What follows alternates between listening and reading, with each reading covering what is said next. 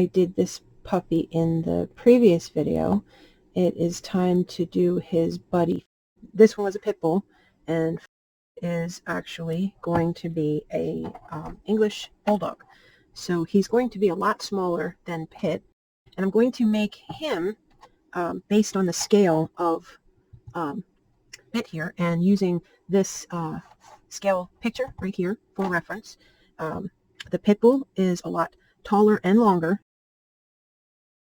To guesstimate that it's going to come up headwise to about almost shoulder height. So that means that the legs are significantly shorter. So here is my best estimate, not having actual measurements to go from, of where his body should be. So I'm going to guess that this is going to be about the length of the body.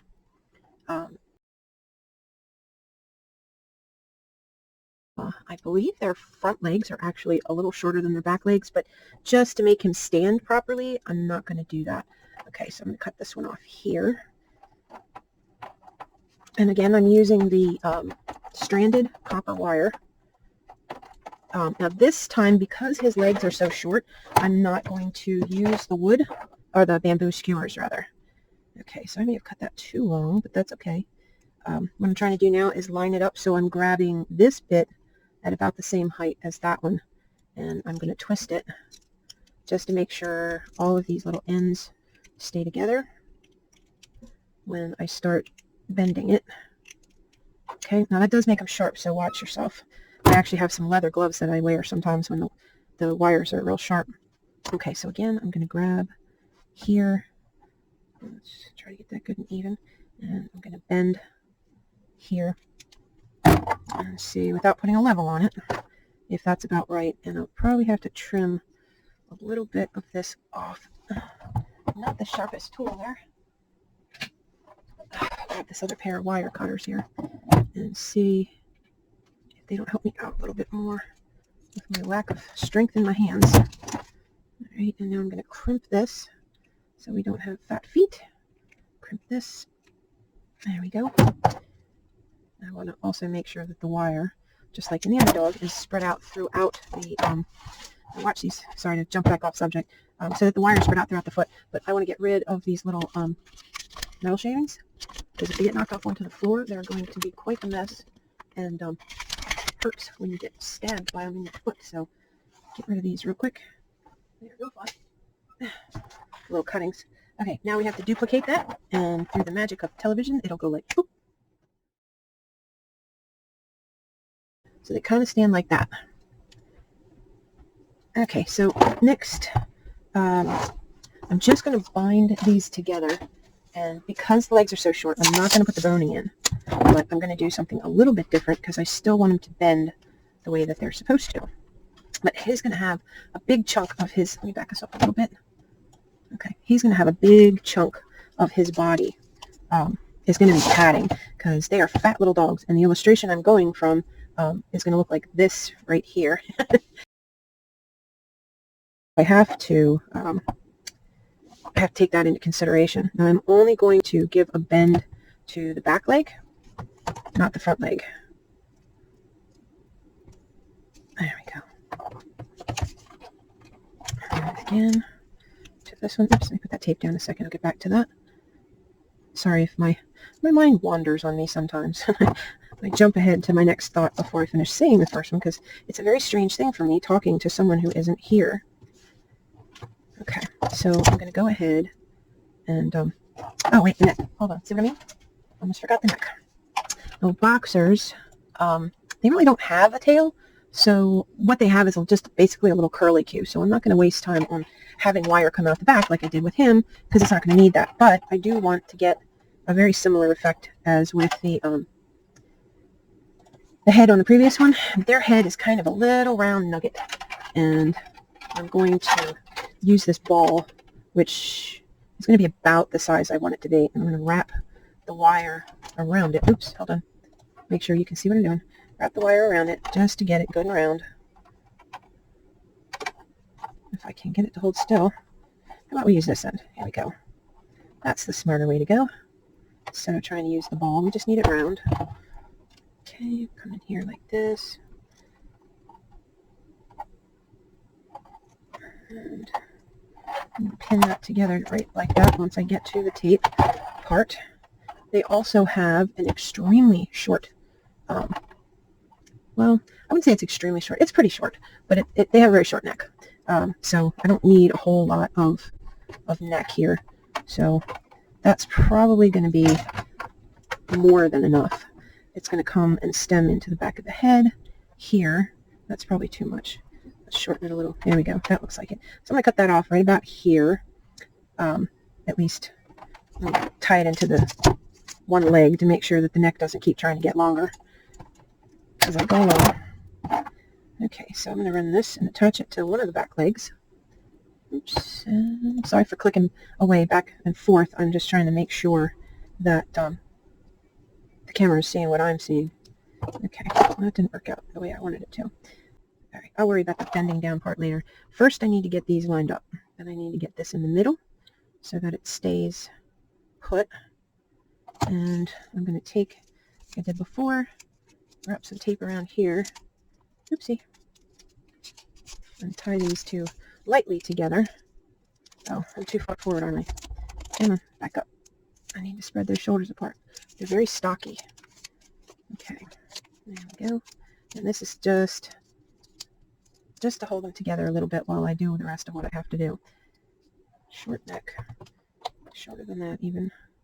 Yeah, that's about it. All right, now to make sure it won't grow, I'm going to bend it down and have it follow the leg. Okay, spread the little hips out a little.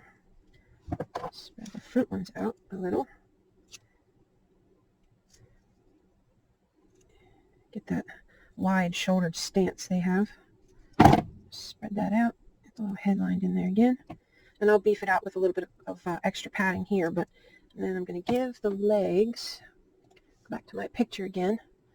Yeah, they got a real wide stance and their feet tend to turn out, but not that far. So I'm going to twist them back to center a little bit. The leg needed to move out, not the...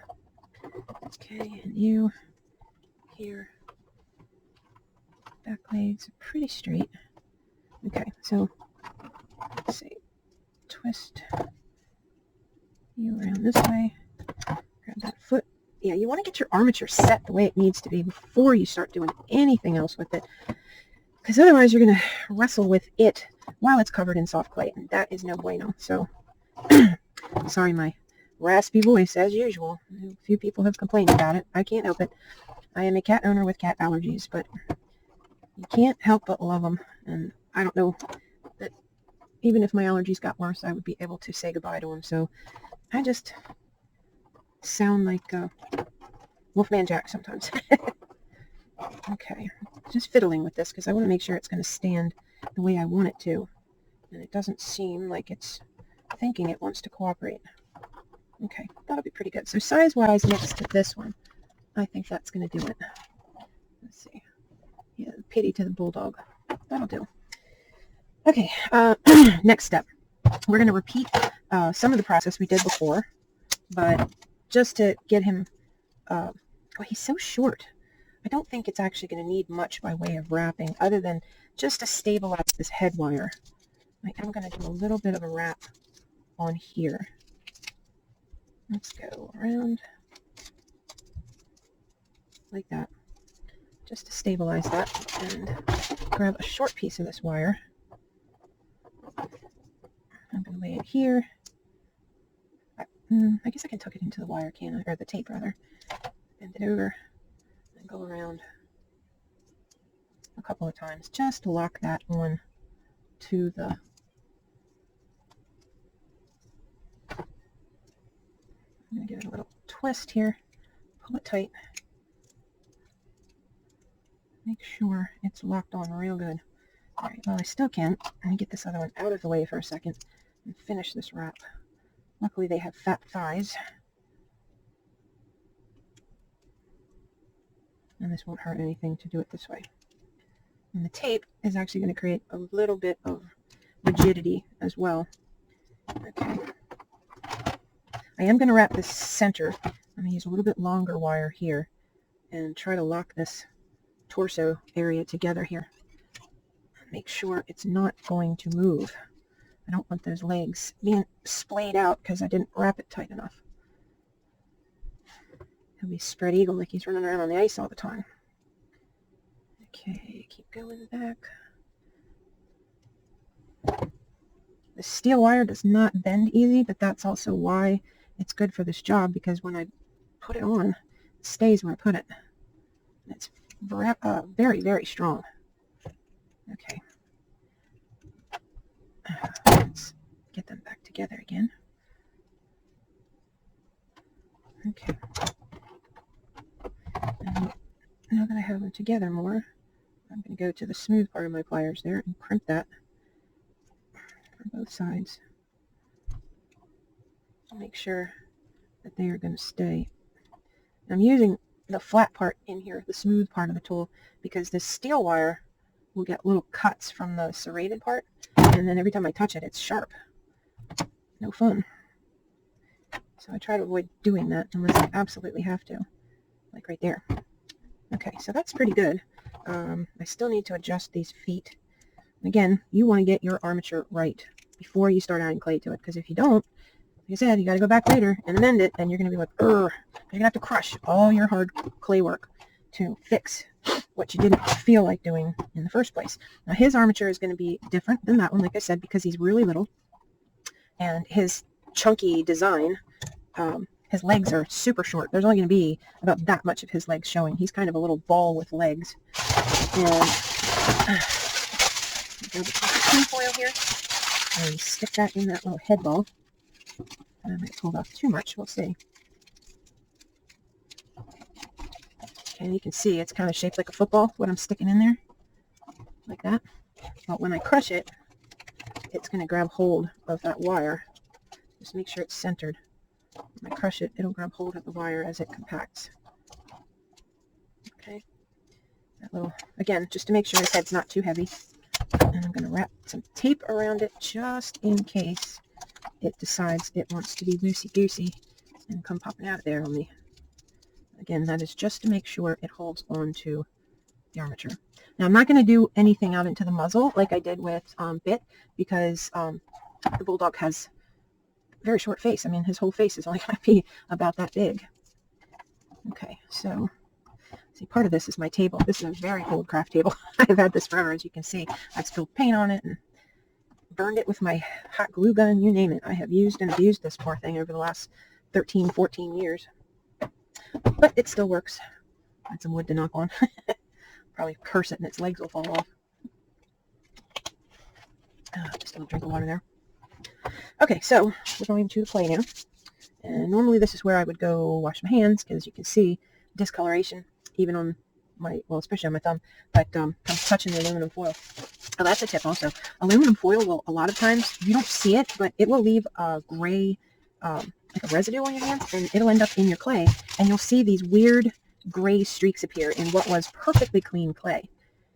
I don't know if you're going to be able to see it. I don't have a lot of light turned on right now because I'm finding that less light is actually making for better quality video. Who would have thought it? Let's see. Yeah, it's not that much on there, but also I'm not going to worry about it because it's going to get painted, so I'm not too concerned. I just want to make sure it's well conditioned. My son conditioned a bunch of it for me the other day, because initially it's quite hard when you're working with the Cosclay. It starts off soft and a little brittle, but with some strong hands conditioning it, it becomes very soft very quickly. And this is the Cosclay soft. I have carpal tunnel in both wrists, and I end up not being able to hold anything. My hands, they'll just let go of stuff. I think I've got a grip on it, and the next thing you know, it's on the floor. Not to mention pain and kind of like electric shocks running up my arms. No fun. So I try not to spend too much time conditioning clay. A little bit I can handle. A lot, not so much. So he gets it started for me, and then I go from there. Okay, so this is just covering the head in clay. And try to keep most of the clay towards the front of the head here. I want it to be pretty thin because his head has to be smaller. Then let me bring the dog up in front of me that I'm making That folder, there he is. Oh yeah, he is just, oh, he is one fat little pup. He's even fatter than I was remembering. Okay, so he is very cartoony, so I'm going to be able to sit him down. I might as well do the other leg as well. And here, and get him to sit like that. I want it tucked under him, so we're going to go that way. I'm also picking up discoloration from the copper itself. Okay, you that way, foot this way. I may just keep him in a permanent seated position because it looks like all the illustrations I've seen so far, that is just what he does. He's a sitter. Chunky butt. So now his butt is going to be padded underneath and between his legs here. So even though it looks like his tail is way up off the ground, it won't look that way once he's padded. Something that you have to keep in mind all the time is what are the finishes going to look like, because you don't want to overclay or overextend your armature. Okay, so this clay here is going to interfere with how the neck moves, because I do want the head to be able to turn. He has a very short neck, so I need to move this clay up to make the gap there. Okay, I don't want it completely gone because I still have to attach the fabric to it, so make a little neck flange on this one, which is different than how I did it on the other one, but he had a longer neck. Okay, and grab my, there we go, head shape. Head is round and very front heavy.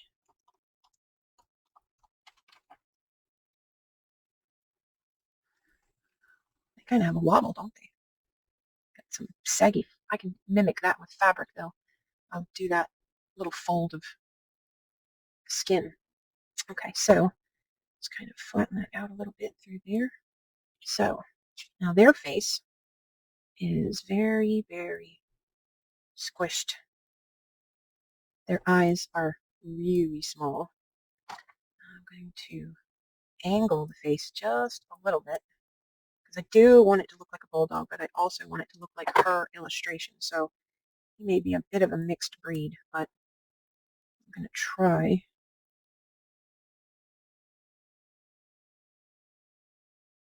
Very short nose. Okay. So I have to think about eyes. And because his eyes are so small, I think, ow, sorry, I just ran my head into it, into the thing there. His eyes are so small, I think I'm going to go to my little fish lure bead box. These are sold for people who make fish lures. And they are probably the smallest. I'm going to get two the same size. Probably the smallest beads I have currently. Tiny, tiny eyes.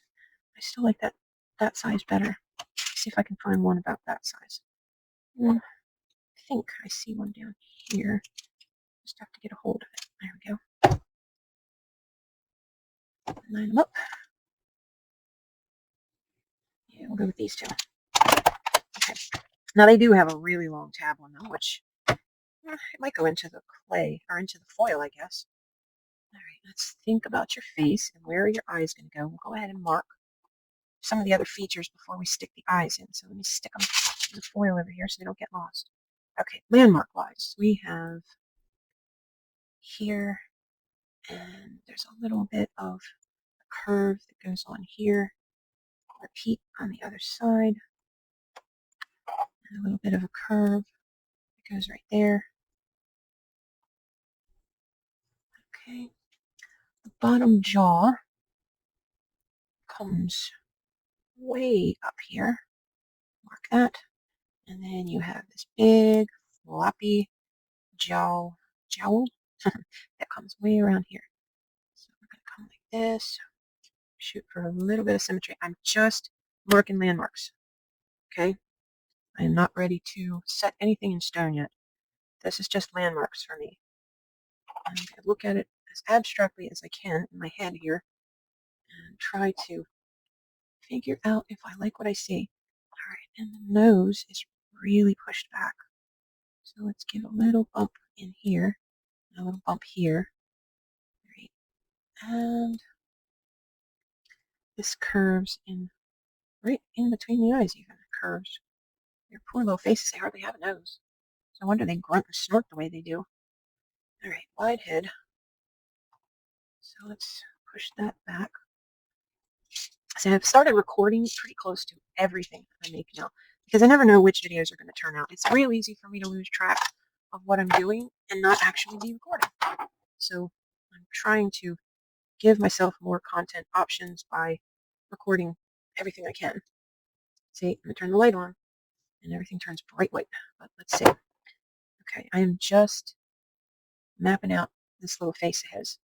All right, so there is a pretty good crease going on under this eye here and here. I kind of draw the face on in harsh lines, and then I compare again to what I'm looking at on here and try to figure out if what I need to do is move more clay here or if I need to add more clay there.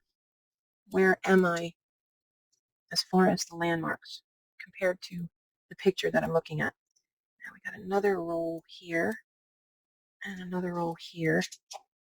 Do I have enough clay in all the places that I want it?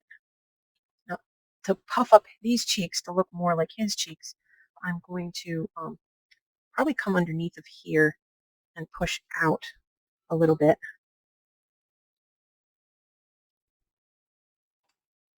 Yeah. Nice fat cheeks like this guy has. Now, in doing this, I just created a really strange looking thing, but it's very easy to backfill that hole. And I think that's what I'm going to end up doing, just to get his little face fatter. And just kind of squish it up in there. And that'll actually even bulge his cheeks out more without altering the shape that I had, which I was liking. I do that a lot with the clay. And you don't have to worry too much about trapping air in there. I mean, you do. Just, be mindful that you could be trapping air. And be sure when you see something that you push it closed and not just fold it closed. Okay, so I got the fat little shape of the face better. Okay, and I'm going to smooth this back out again. Okay, so we're getting a shape I kind of like. And this would be the upper part here, the little nose. And his little nose is going to bump out with just the nose. The mouth is going to actually dent in and come this way. And if you're having a problem with the Cosclay being sticky and wanting to drag instead of smooth, grab your handy dandy little alcohol container and just wet the tool and you'll see a big difference. See? Instead of dragging, now it's smoothing again.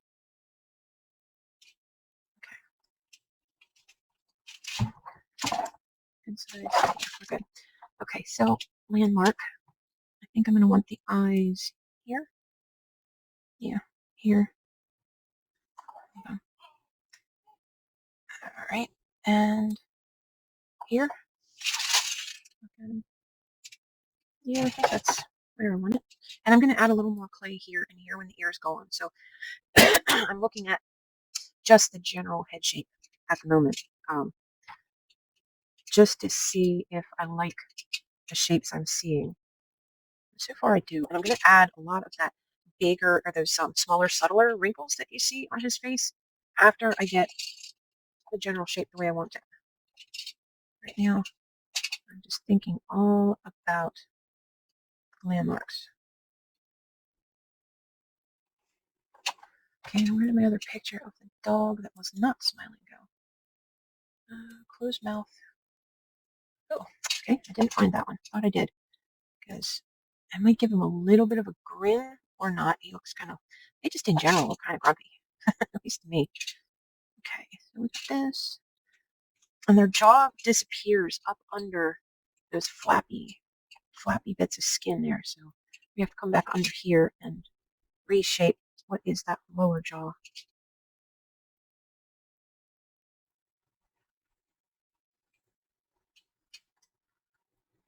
Okay, brush time. You have to do it smooth before you can, that's too much. Get it all smooth before you can add the wrinkles. So like here where it's all chopped up and rough, you want to get rid of that stuff before you move on to trying to add wrinkles. Otherwise, you're just going to have to go back and forth and back and forth and back and forth. And watch, I don't slip into French bulldog territory with this face.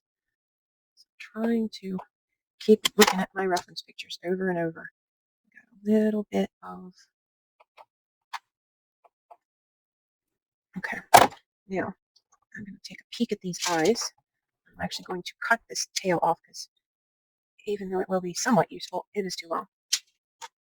And I think the tails on these are actually lead, and that's why they're so easy to cut. So I want to make sure, again, they don't end up on my floor. Hold on 1 second. Get rid of this. And I have, there we go, a handy dandy little pair of pin-ended tweezers. I don't know what they actually call those. Looks like pins, so that's what I call it. Set that there. I'm going to go straight in. Oh yeah, he's getting cute already. It just allows me to grab it real close to the bead, so I don't leave a mark from the tool, the tweezers in the clay. Okay, now what I use to push the clay in, let me grab the bigger one so you can see what it looks like. This is a knit and purl tool. I guess this is the knit and this is the purl. It's a little beveled tool that you can make. Hold on. See, makes little perfect eye shape actually. But if you take it and put it on your bead, it grabs hold of that bead really well. It won't slip off the edge, and you can push with a little more force than you might be able to use with any other tool that would just slip right off. It is the perfect tool for setting eyes. You want to make sure to keep an eye on the center of your face because you want to get the eyes set in equal distance. So with them being on a little post, they may want to stand up and move around. The advantage to the aluminum foil being in there is what just happened there. It pops through the foil, and now it's going to be less inclined to move around because the post just grabbed hold of the foil. Get that piece of clay over there before I forget it's there and end up with it stuck to my wrist and on the floor.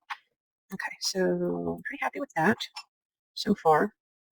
I don't want to get too realistic because it's supposed to look like a cartoon, but I also want it to be recognizable as the breed that it is, since it is intended to be a particular breed.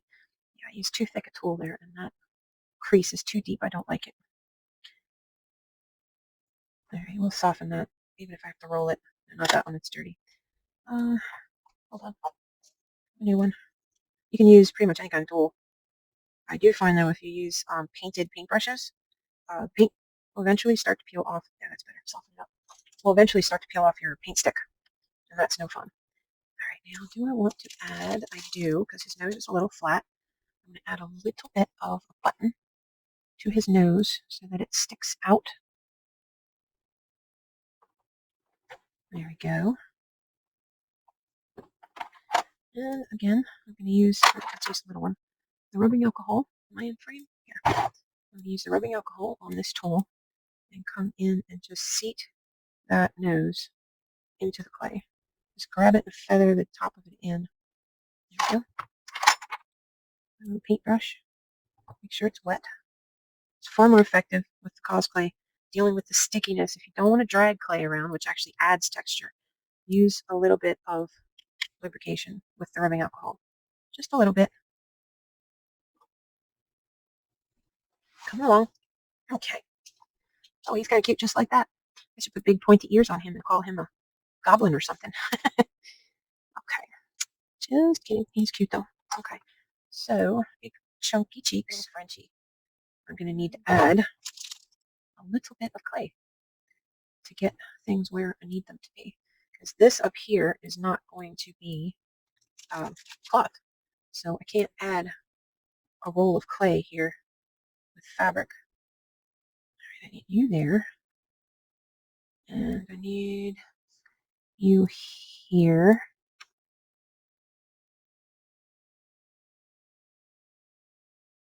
Okay, let's come in a little deeper here. Get less of that puppy look.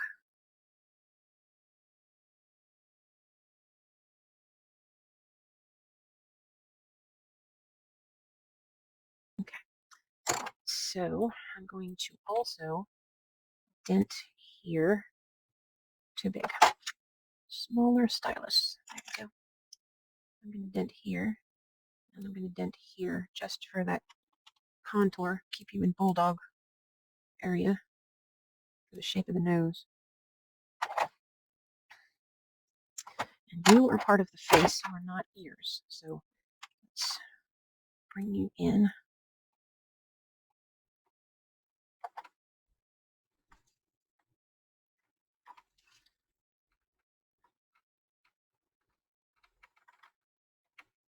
It's hard to do a character when you're using pictures of multiple different dogs. But luckily, this is not a specific dog I'm making, just a breed. I'm trying to get it to look like its breed. Little bulldog, little English bulldog.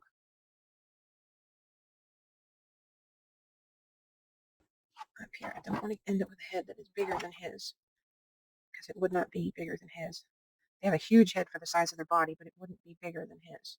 I'm just sticking this here to keep my head and my eye oriented to what I'm looking at. Okay, so this crease here is actually going to pull clay forward over the eye. This is this one.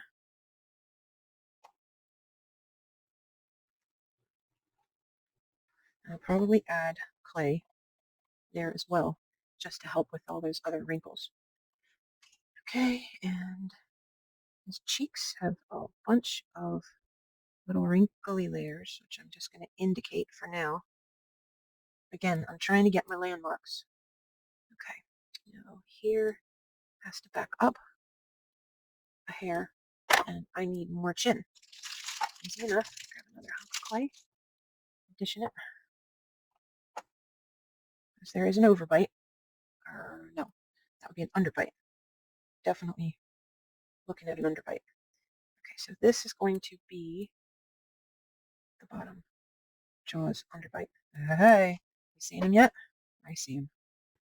Okay, yeah, that's getting there. It might not even be enough yet. Hold on. Let's do a little work here. I'll lift this here, push it back, lift and push it back, make more room.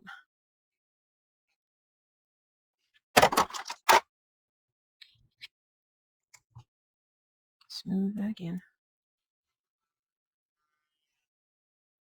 Okay. It's mostly just this upper area because there's going to be some sculpting done underneath. All right, let's get this in there like that. So it's kind of underneath, but also in front.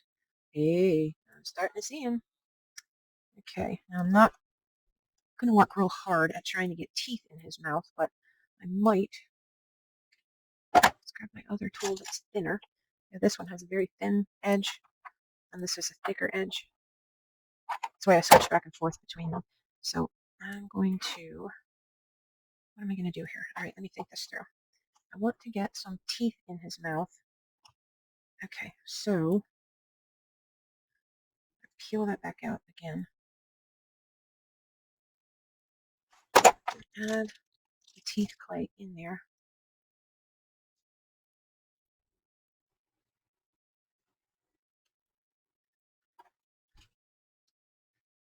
Okay. Pick it up. Put it down. Let's see. All right, see, this is the problem with it being sticky. It sticks when you don't want it to, and it won't stick when you do want it to, because it wants to stick to the tool instead of the other piece of clay you're trying to stick it to. Okay, so you go there like that. Okay, and now let's blow this picture up. Okay, I'm only seeing a couple of little teeth sticking out, so I'm just going to make my center cut. Okay, and then another little tooth, and then I'm going to bring this back in. There you go. Pretty cute. And I might just smash that in a little bit more. There we go. All right, pretty simple. Doesn't have to be perfect or exact. He is a little cartoony guy. I would definitely take more time and shrink those teeth down if this was a like a portrait particular dog. But since the illustration I have with him is basically a profile, I got a little leeway with the actual details. I just think the teeth are cute. I'm going to come and attach this under here and this under here.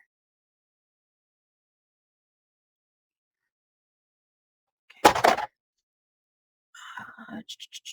A deeper cut there and a deeper cut there.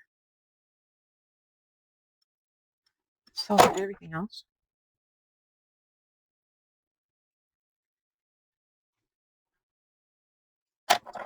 Right, bring this down here like this.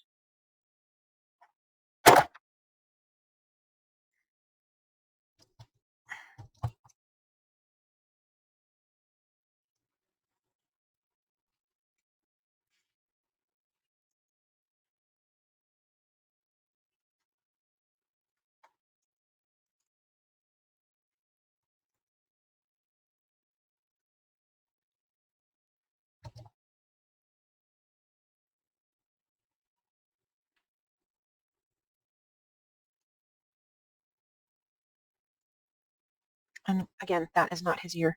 I just stuck that on there as a placeholder, just to keep my head oriented to where it's going to be. Okay. Now the nose. He's got a big nose, but I wanted the bump on the top. And I probably will do a little. No, I don't want to use that. It's a little bump back here, even. Yeah, just a little. I need to bring this down into here.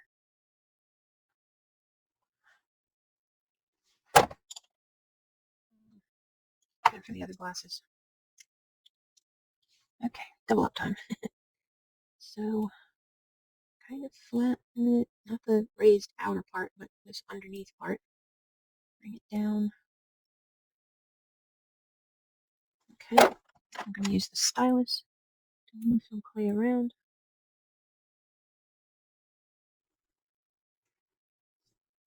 Okay, and I need a little indent here, a little indent here. Okay, smaller brush.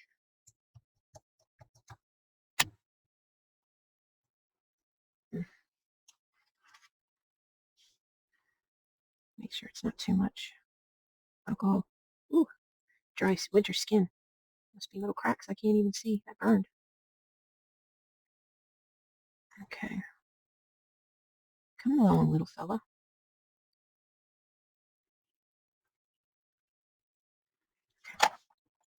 And his nose is different than the other one. You have to really look at their nose because every breed is different. Oops, back to the big brush. Where'd the little go? Ooh, I did it again. Burning. Get off there. What I can do any other time of year, I can't do in the winter because my skin is dry, and thanks to COVID, I have to keep washing my hands all the time. Whatever I have to do to keep my family safe. Okay. Before I detail the nose, breaking my rule, let's get the rest of my landmarks here. I definitely need to. Which tool? This one.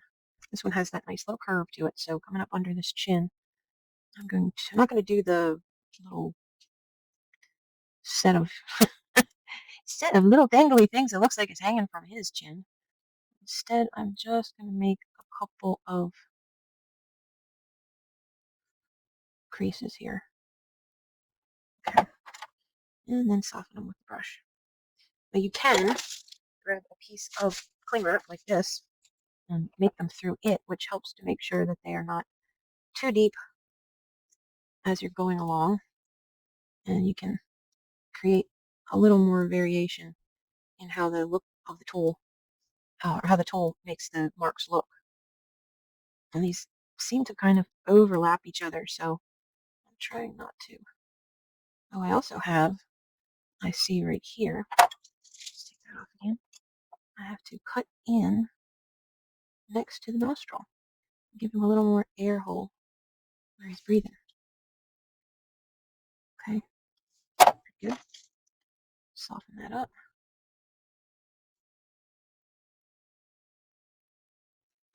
Okay. And his nose, instead of there being a big hole and then a swoosh like his nose was, you can see now with the black paint you can't see. Anyway, his nose has a slit. That's too big. Right tool for the job. It's definitely a slit. Comes straight down like that.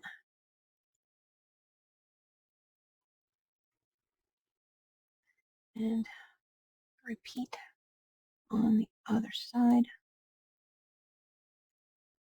And then it cuts around like that.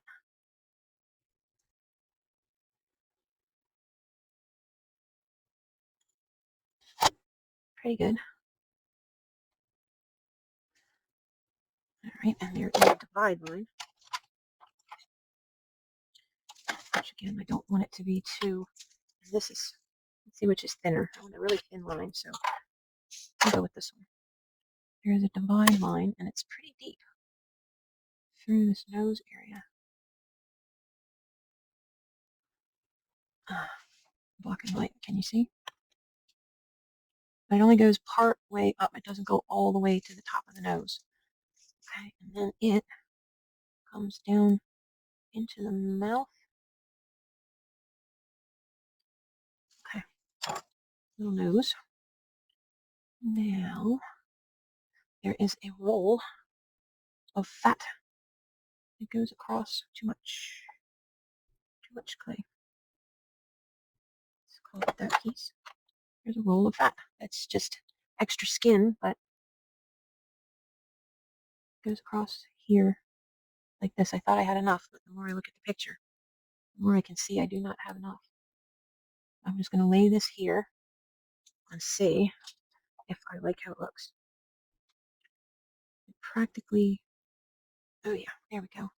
That's pretty good. Except it's not even. Lift and repeat. Let's see. Try again.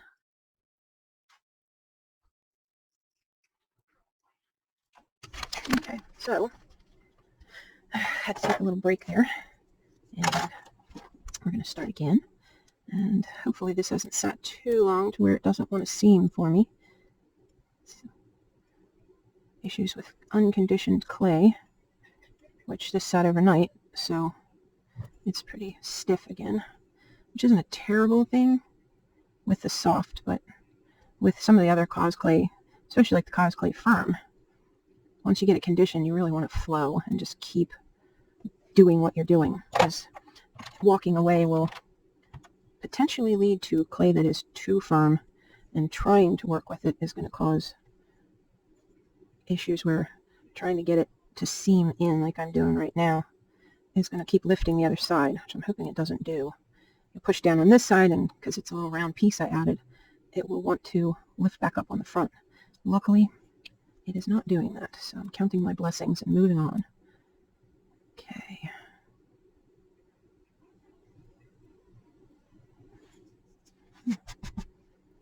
Something poking the back of my hand there. Okay. This needs to be cleaned. Pardon me 1 second while I grab a paper towel.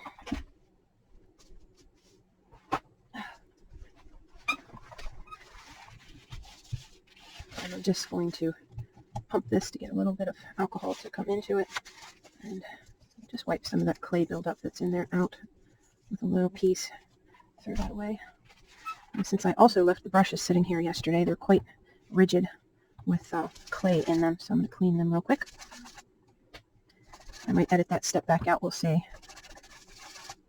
But if you don't want to just be smearing around, that clay is pretty dirty now. I probably won't use that piece to put back on the face. I got enough dirt to deal with.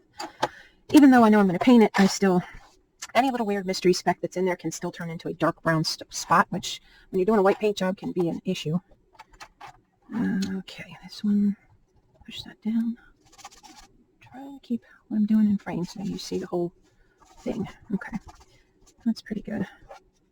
And try when you're cleaning the brush, look at the way that the brush is crimped, I think is the right word, and make sure that when you're sweeping the brush, that you're keeping the crimped edge level so that you're not misshaping your bristles, because it can get real bushy and unattractive quickly. These are some older ones when I wasn't paying attention.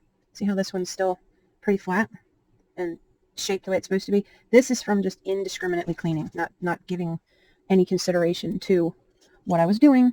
I mean, it still works. It's just it looks like an old ookie brush now. Okay, so that said, let's move on. I'm going to try to smooth this in and make sure I have a real good bond on that roll. Smooth all my big pieces into each other. Okay, and now to think about, I'm going to pop this ear back off too while I'm at it. I don't need it in the way for the moment. Now for some of the closer in detail of a new piece of clay that's not all covered in yuck. Where is my... Ooh, oopsie. Sorry, little guy. It's a good thing you had time to firm up overnight. Let's use this as a little stand so we don't do that again.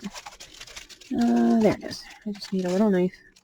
This clay is cold, so it's not wanting to come off easily. Keep the dirt off of it. Alright.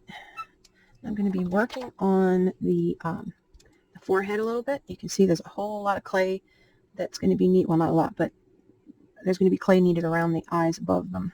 And what needs to go over here will happen later on when I add the ears. Boy, I must need caffeine or something. My brain keeps pausing. Okay, let's see.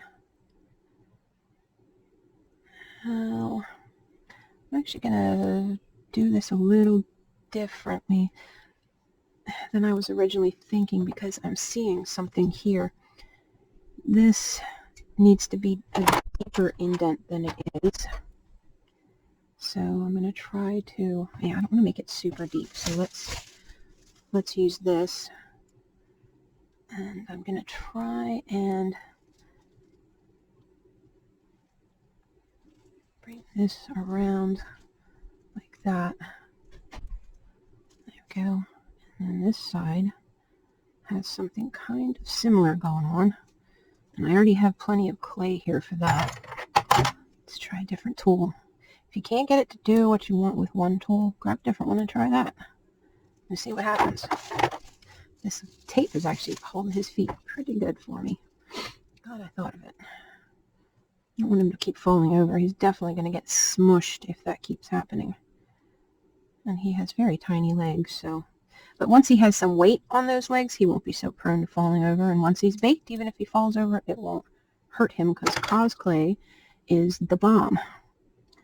Okay, so I have some material here above the eye to work with. So I really just need a smaller amount. Put one here. Put one there. Okay. Grab... Which tool do I want? How about this one? Let's try this. And I'm just going to get the corners of this in, which may need a little more clay right there as well. So I might as well hold up for a second. He's got a little roly-poliness going on right in there.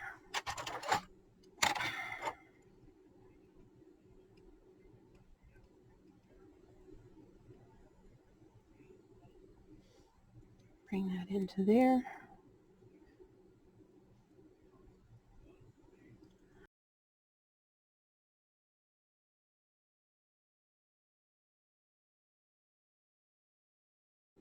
Just going to add a little connection there.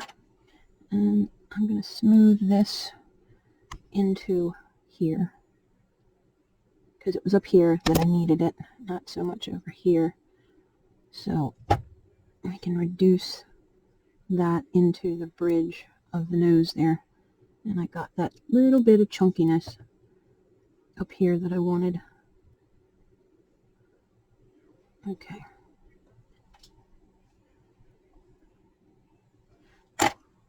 Okay, and repeat on the other side.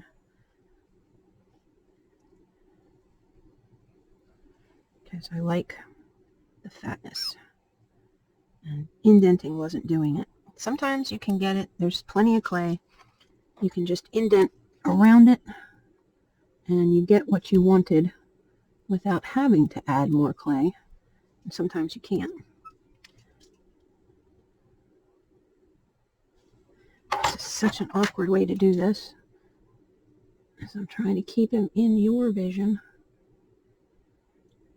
but working on his left side from my left side it just feels weird. Normally I turn everything upside down, but with this camera angle, if I do that, I'm going to get disoriented and end up moving out of camera frame a lot. I'm trying not to do that. Okay. That's more than I need. And this again can get pressed in.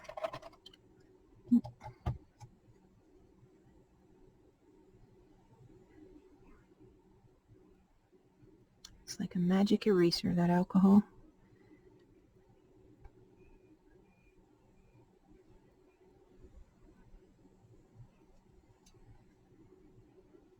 And this does work on other polymer clays as well. Okay, hold him tighter. I have to turn him upside down. I'm sorry. It's just too disorienting. I'm going to try to keep my thumb, or my finger rather, on that tape to remind me not to move too far out of frame. It still looks pretty good. You can see what I'm doing. And with a little bit of patience and a whole lot of practice, there really shouldn't be anything image-wise that you can't recreate. There is the matter of copyright. You don't want to be violating someone else's copyright. Fan art usually is allowed, but only if you make one. Most artists don't really mind too much as long as it's just a single piece, but some do. Like I said before, Disney, I don't mess with Disney. They have a whole army of lawyers just waiting for somebody to sue. So I don't do Disney. Okay. There's a little bit of character in there. And I have to turn them upside down to do it for any kind of hope of symmetry. A little character in there. And make sure it doesn't end up too harsh a line. Come back with this and soften it. Okay. Looking good. I like it so far. Okay, I'm going to pull this up here some more. Okay, now bottom lid on these guys actually droops away from the eye a bit. I don't know how I'm going to accomplish that, but I am going to try. Alright, if I can get it to go in there. There we go.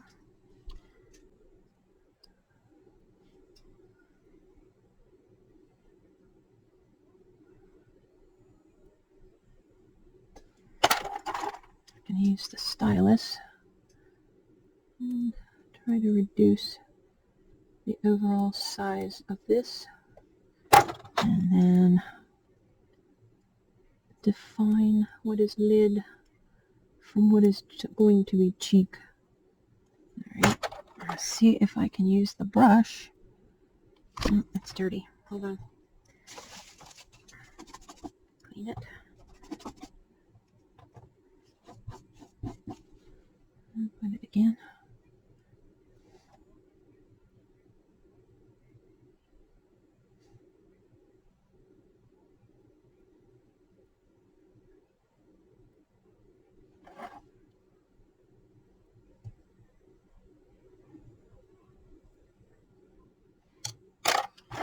Okay, and now a smaller stylus, and I'm going to draw this down here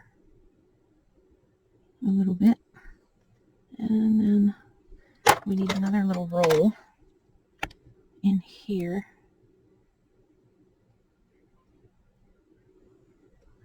And And another one here.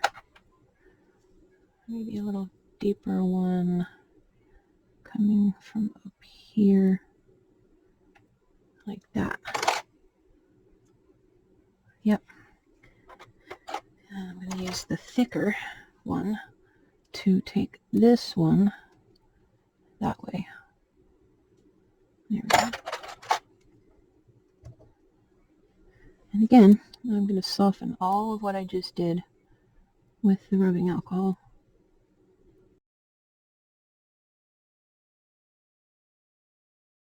Okay, now this eye has to get pushed back a little because I've just about lost his eyes. Right tool, right tool. I need to pull this corner back here like this, and then reduce up in here the bulk of that eyelid.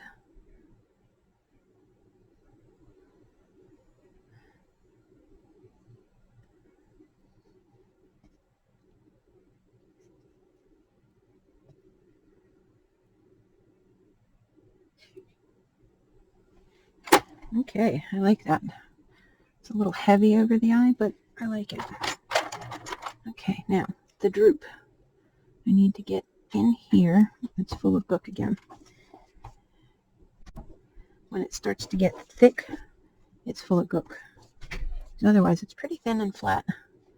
Full of gook, it thickens up. Now I'm going to push this down to open his eye back up, and that will also move it away from his eyeball a little, because this is going to tuck in behind it. There we go. That looks good. Okay, now bring it down just a little and let it overlap the bottom just underneath here, like that. Still fluffy. I don't want to lose the detail under there, so let's make sure there's a gap noticeable underneath of here.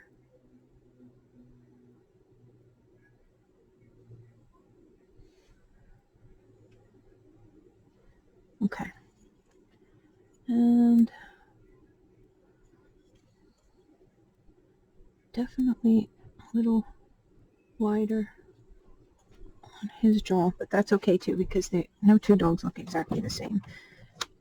Okay, now what's on this side needs to be on that side. So this next step, I'm looking again at what's the same and what's different, and I can see that there's a difference right here between this side and this side, and I have to decide which side I like better.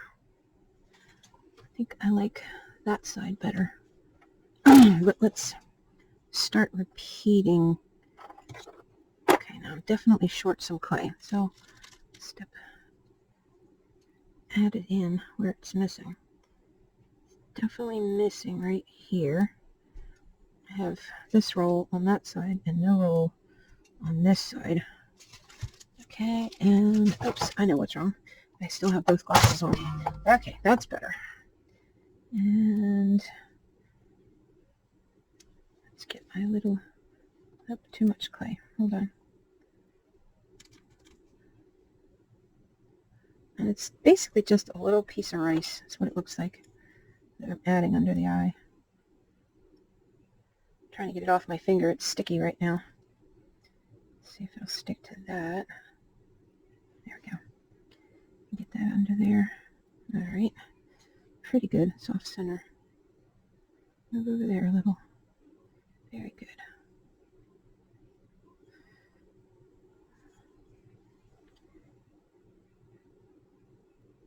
Yeah, when I stick these on, I can see better, but I can only see really close. But to see the differences that I keep talking about, I have to back up and look at the whole thing very abstractly.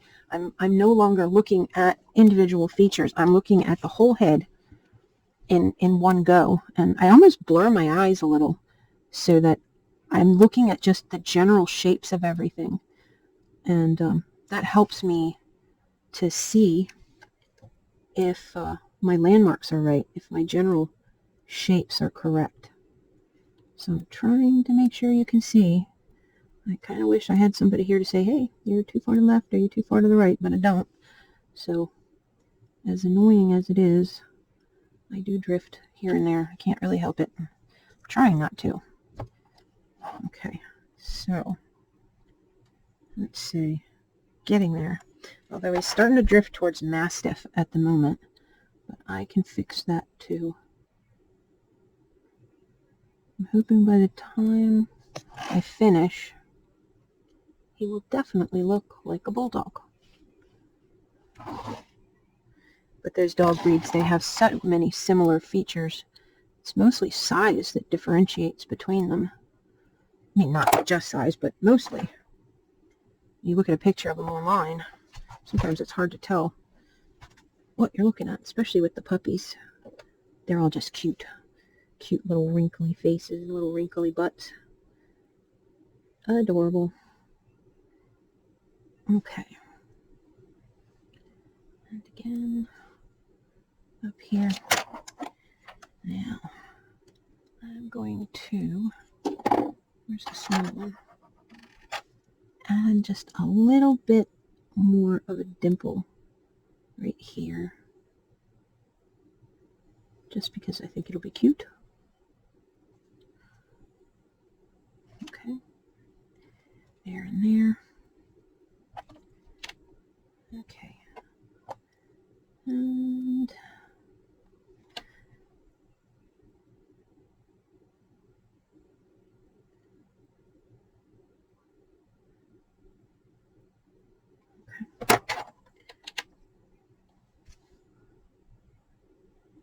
I'll try not to block you or the light. There are days I will question my sanity for doing this. It's not that hard, really. It's just drive myself crazy trying to remember to do. Oh yeah, that little sag under the eye is going to work real well. There, let's push this one back. Attach that in the corner the way it's supposed to be. Alright, now I need this to go. Oh, sorry. Oh, it's so hard to do this. I am right-handed and I'm working on the left side from my right side.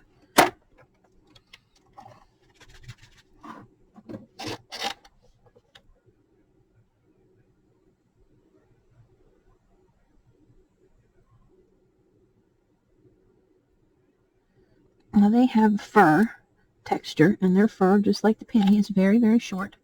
So I'm not worried about brush marks on him like I would if it was meant to be skin. I am not happy about that spot right there, though, on his face. And I think, despite not wanting to add clay on that part of the face, I'm going to have to, at least right there, because it's just too shallow. Knock off the excess. I might need to bring it up on the other side as well, but it definitely needed it on this side.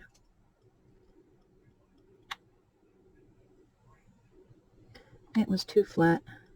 I don't know if at some point I pushed the tool in that spot too hard. See, this is the danger of adding on top and why I lift it from underneath, because now I have to get near this line right here, which I don't want to because I put these teeth in here. Alright, that's too much. Take some away. I have to add this. Yeah, it looks better. Okay. Just enough.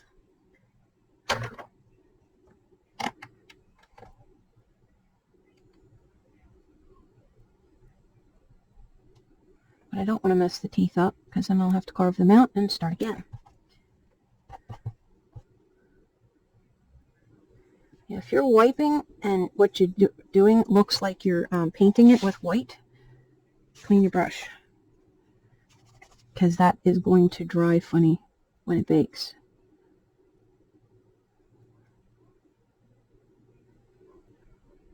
Okay. Alright, that's good. Now, my plastic back. those. No, that's not going to work. Some pretty fine lines through there. It's more like rolls. Just rolls. And over here, make them a little more prominent. You see? Focus is an issue. I lift the camera so I can see, and then you can't see.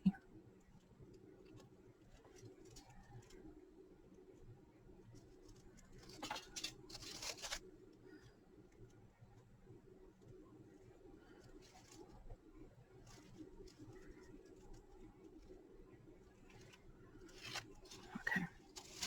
Let's see. Yeah, that looks good. Soften that back a little bit.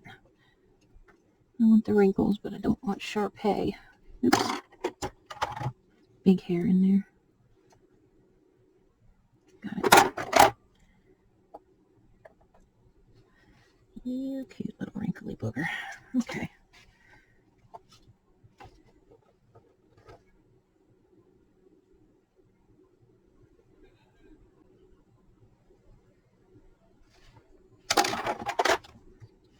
Now, let's reduce this to the upper lid.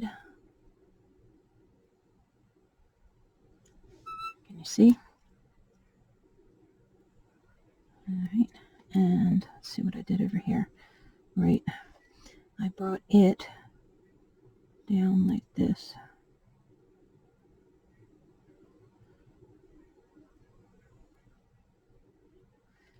And then this will get smoothed back into the face. Right there. Like that.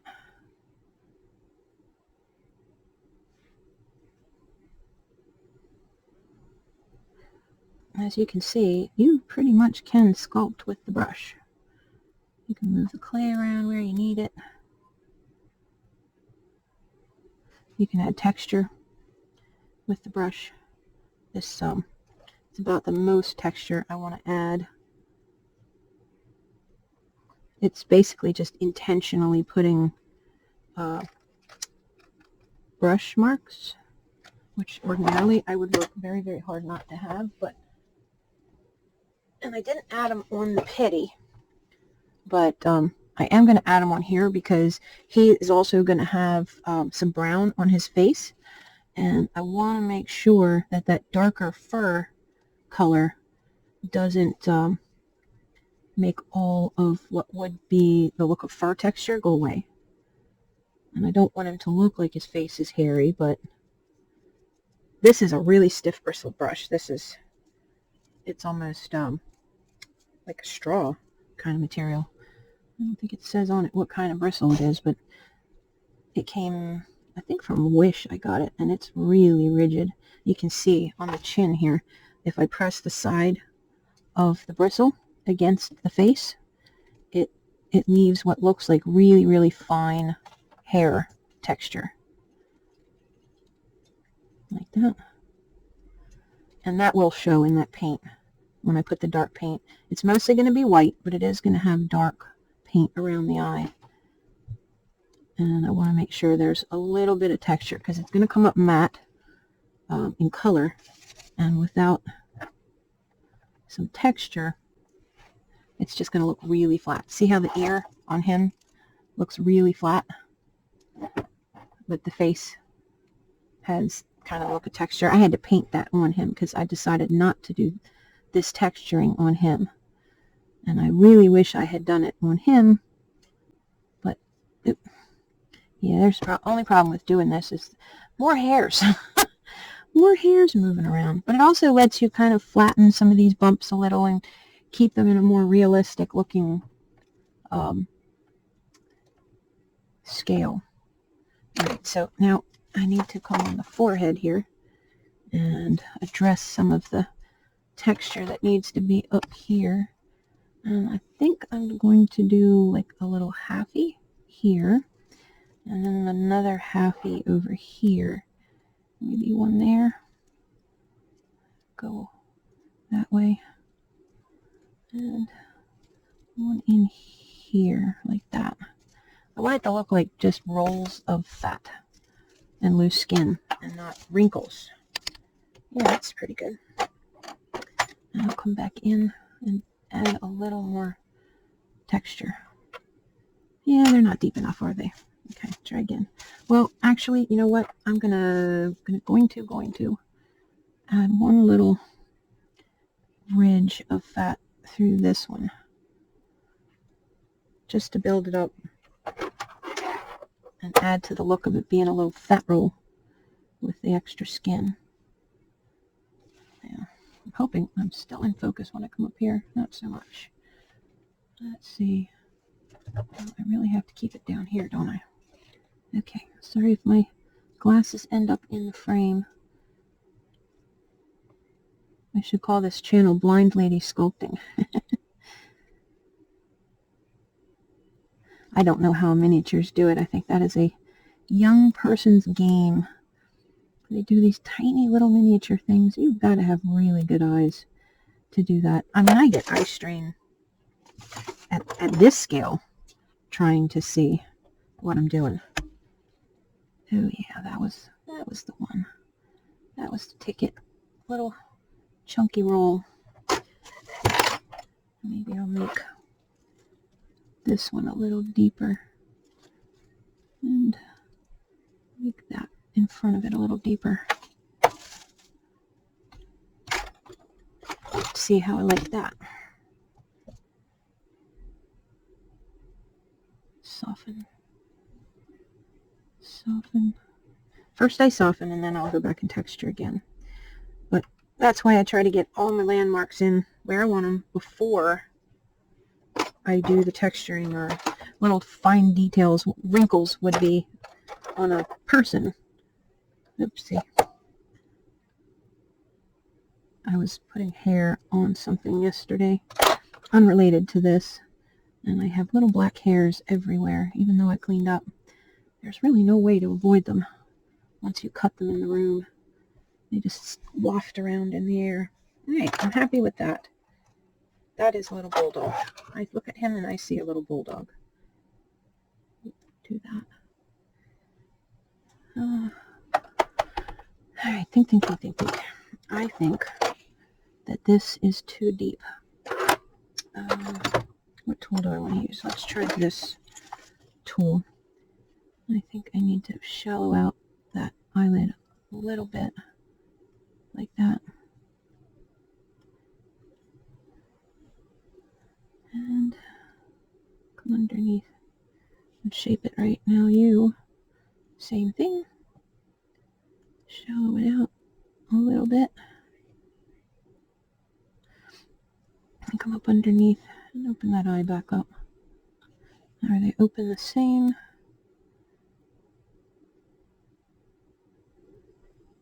It's pretty good.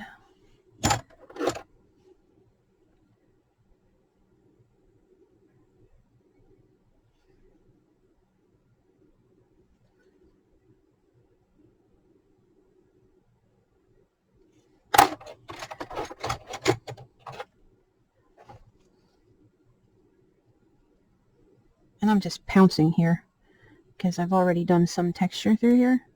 So I'm just kind of using the end of the brush and it's just creating a little bit of texture on the surface and allowing me to use the tool to flatten the areas that I want flattened out a little bit.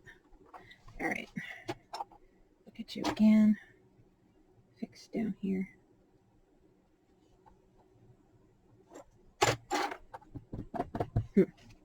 Okay, I think I like that. Stay put. And ears. Approach ears the same way, although their ears tend to fold over on themselves. Look at this picture here. Yeah, they have funny little ears. Oh, that poor dog, his ears were cropped. That's no good. Okay, so I'm going to figure out what size I want them to be. The general shape. That's about right. And I'm going to make 2 at the same time. Okay. Has definitely a point to it.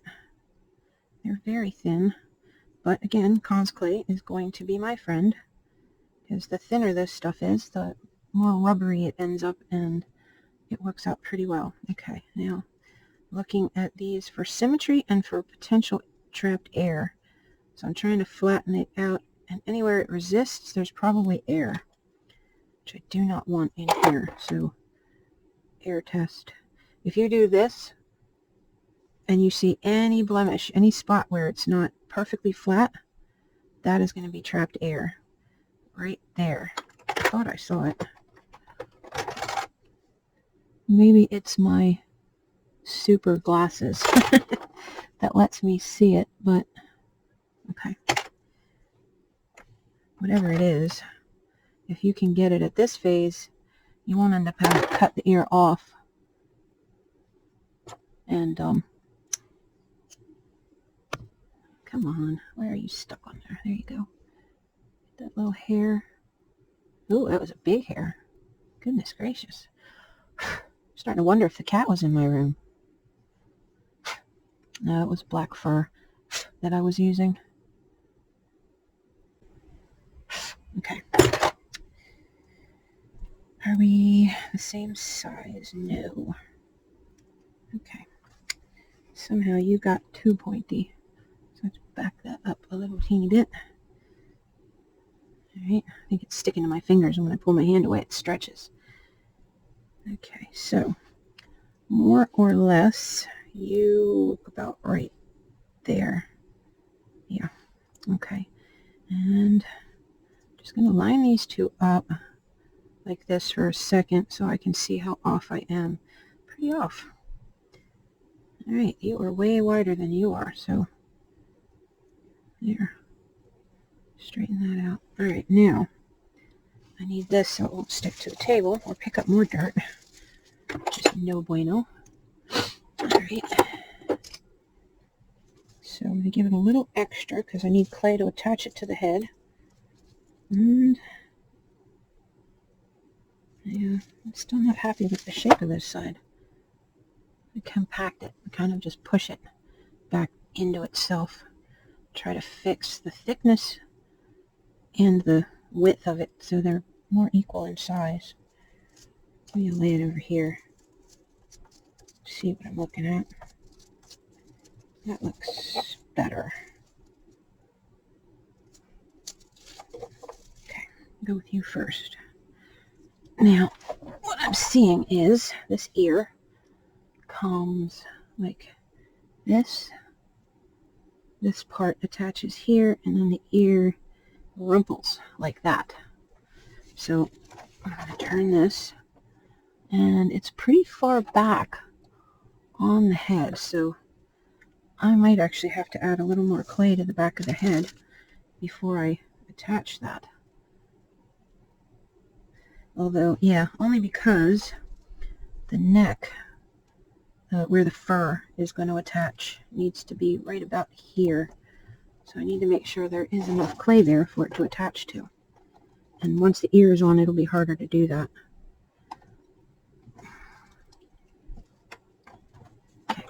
Okay.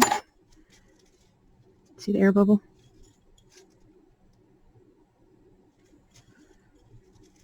You'll get used to what they look like as you go along. And when you spot them, and rolling them with a tool like this is the fastest way, there's another one I know of, to out the bubbles. They literally show themselves because everything else rolls smooth except them. They insist on having a different shape and color. Now I got quite a few of them trapped back here. But the air gets trapped in the clay while you're conditioning, usually from folding it over and over and over again, and they're tiny little bubbles. And in this opaque fairy clay, you don't notice it so much, but just like they're raising up right now, when I'm smashing the clay around them, when you bake it, if there's any moisture or oil from your skin or anything like that in it, it will bubble up then as well. And what you'll have is a big mess. You have this little bubble that sticks up above the rest of the surface. You go to sand it off, and underneath is a hole that you then have to fill and hope you don't have a color difference when you do. All right, that should be enough. This right here, I'm going to say, is going to be where I attach the fur to his neck, because his head moves different than the other dog. They don't have that huge range of movement like the pit bull has, partly because their neck is so short. So I'm going to make a little flange here, and then that fabric will be able to attach right into there. So I'm going to put the ears right in front of that. Bring this here. Yeah, I have to finish. There's a little clayness in here as well.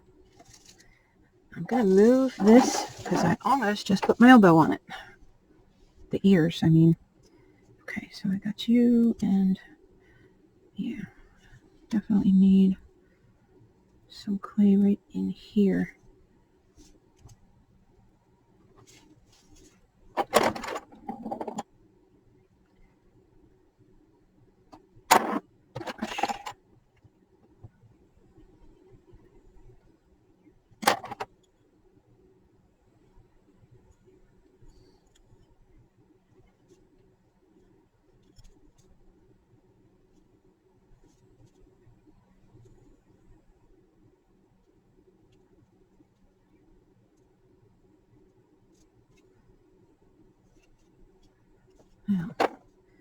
Oh, that's right. Okay, now I remember why it was this way.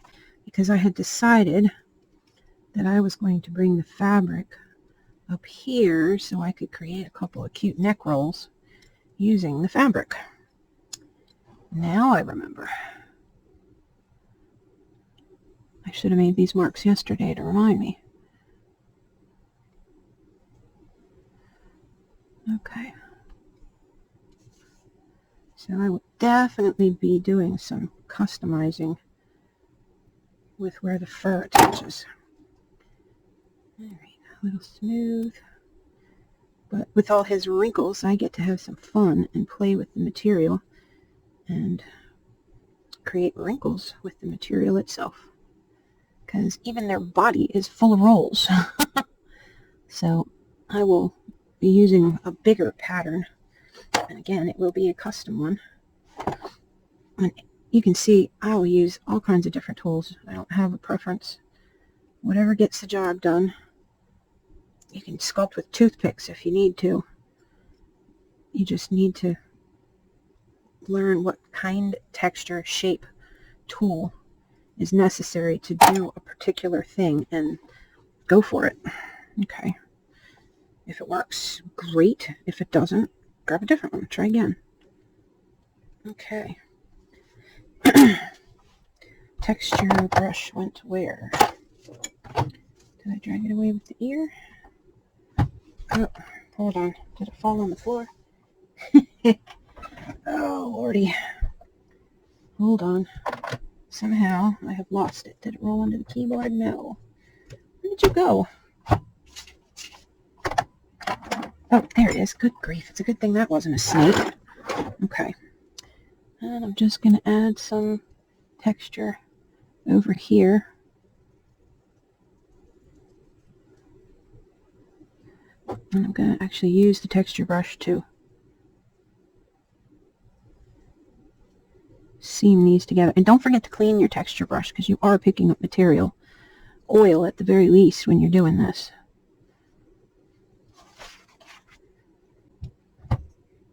Oh, I'll wait till I'm done. Okay, we have a little bulldog face. Now bulldog ears, back to those. I'm going to attach this to the side of the face, and it gets all kind of rumply.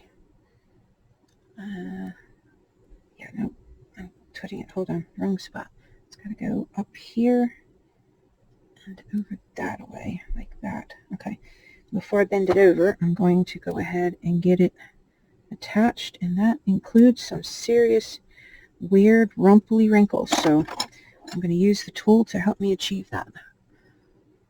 And I'm not going to be exact because it's going to be hidden for the most part under this ear flap. And the ear flap is not going to lay flat either. It's... oh, that's too big, isn't it? Okay, that is too big. So I'm going to trim it. Use your brush and the alcohol to smooth that cut edge back again. Because now that it's attached part way, I cannot smooth it easily with my fingers. So there, give it a little. Okay, yeah, that's pretty good. Better. And it's going to have a little flap, little curve. Ooh, did I just do that? I did. Jabbed it with my fingernail. That wasn't good. Okay. Trying to keep it where you can see what I'm doing. Attached. And am I sticking up too far? Maybe. I'm going to bring this side down like this and attach the back of the ear to the back of the head like so. Now, come on, we need to get the fur up under there. So I'm leaving a gap. Can you see I'm leaving a gap? That way the fur can come in and get glued right under the ear, or the back of the ear. Okay, and I need to thin this down like that.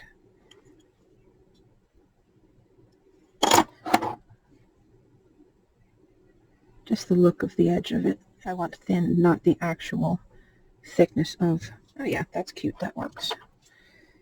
And I don't want to make it any thinner than that or risk it breaking off later. Okay, so this one, instead of doing what I did there, I am going to go ahead and shorten it here, this way. Alright, and widthwise. So we're going to attach it back here, about the same place as the other side, and bend it around here. Come on. There we go. You and you, over here.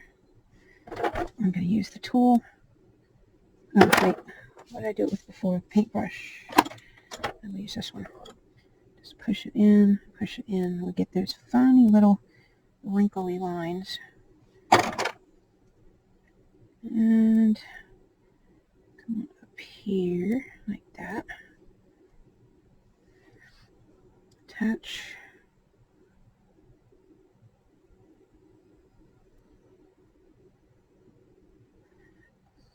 It up, like that, and then down, like that. Oops, too much down. Like that. I want it kind of rounded. Okay. And bring you forward. Bring you forward. Make sure you're out of the line of fire there, so to speak. Bring that up like that. You really do have funny little ears, don't you? Don't really need to smooth it too much because their ears are super wrinkly, but just for my own peace of mind, and because I know I won't be able to do it later easily, I'm going to smooth that edge some more. Okay, now this side. Just to make sure you're well attached. Now come behind here again. I definitely have more clay on this side than that side.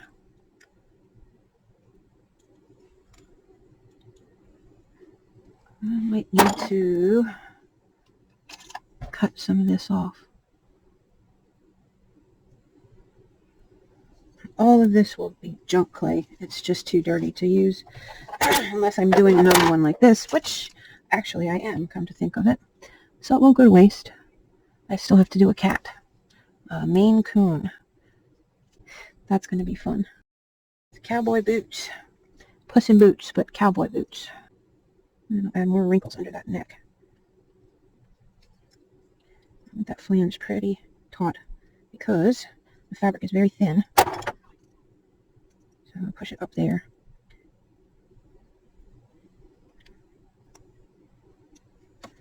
And I want to be able to put some soft padding in the neck so that the head can be turned when it needs to. Okay.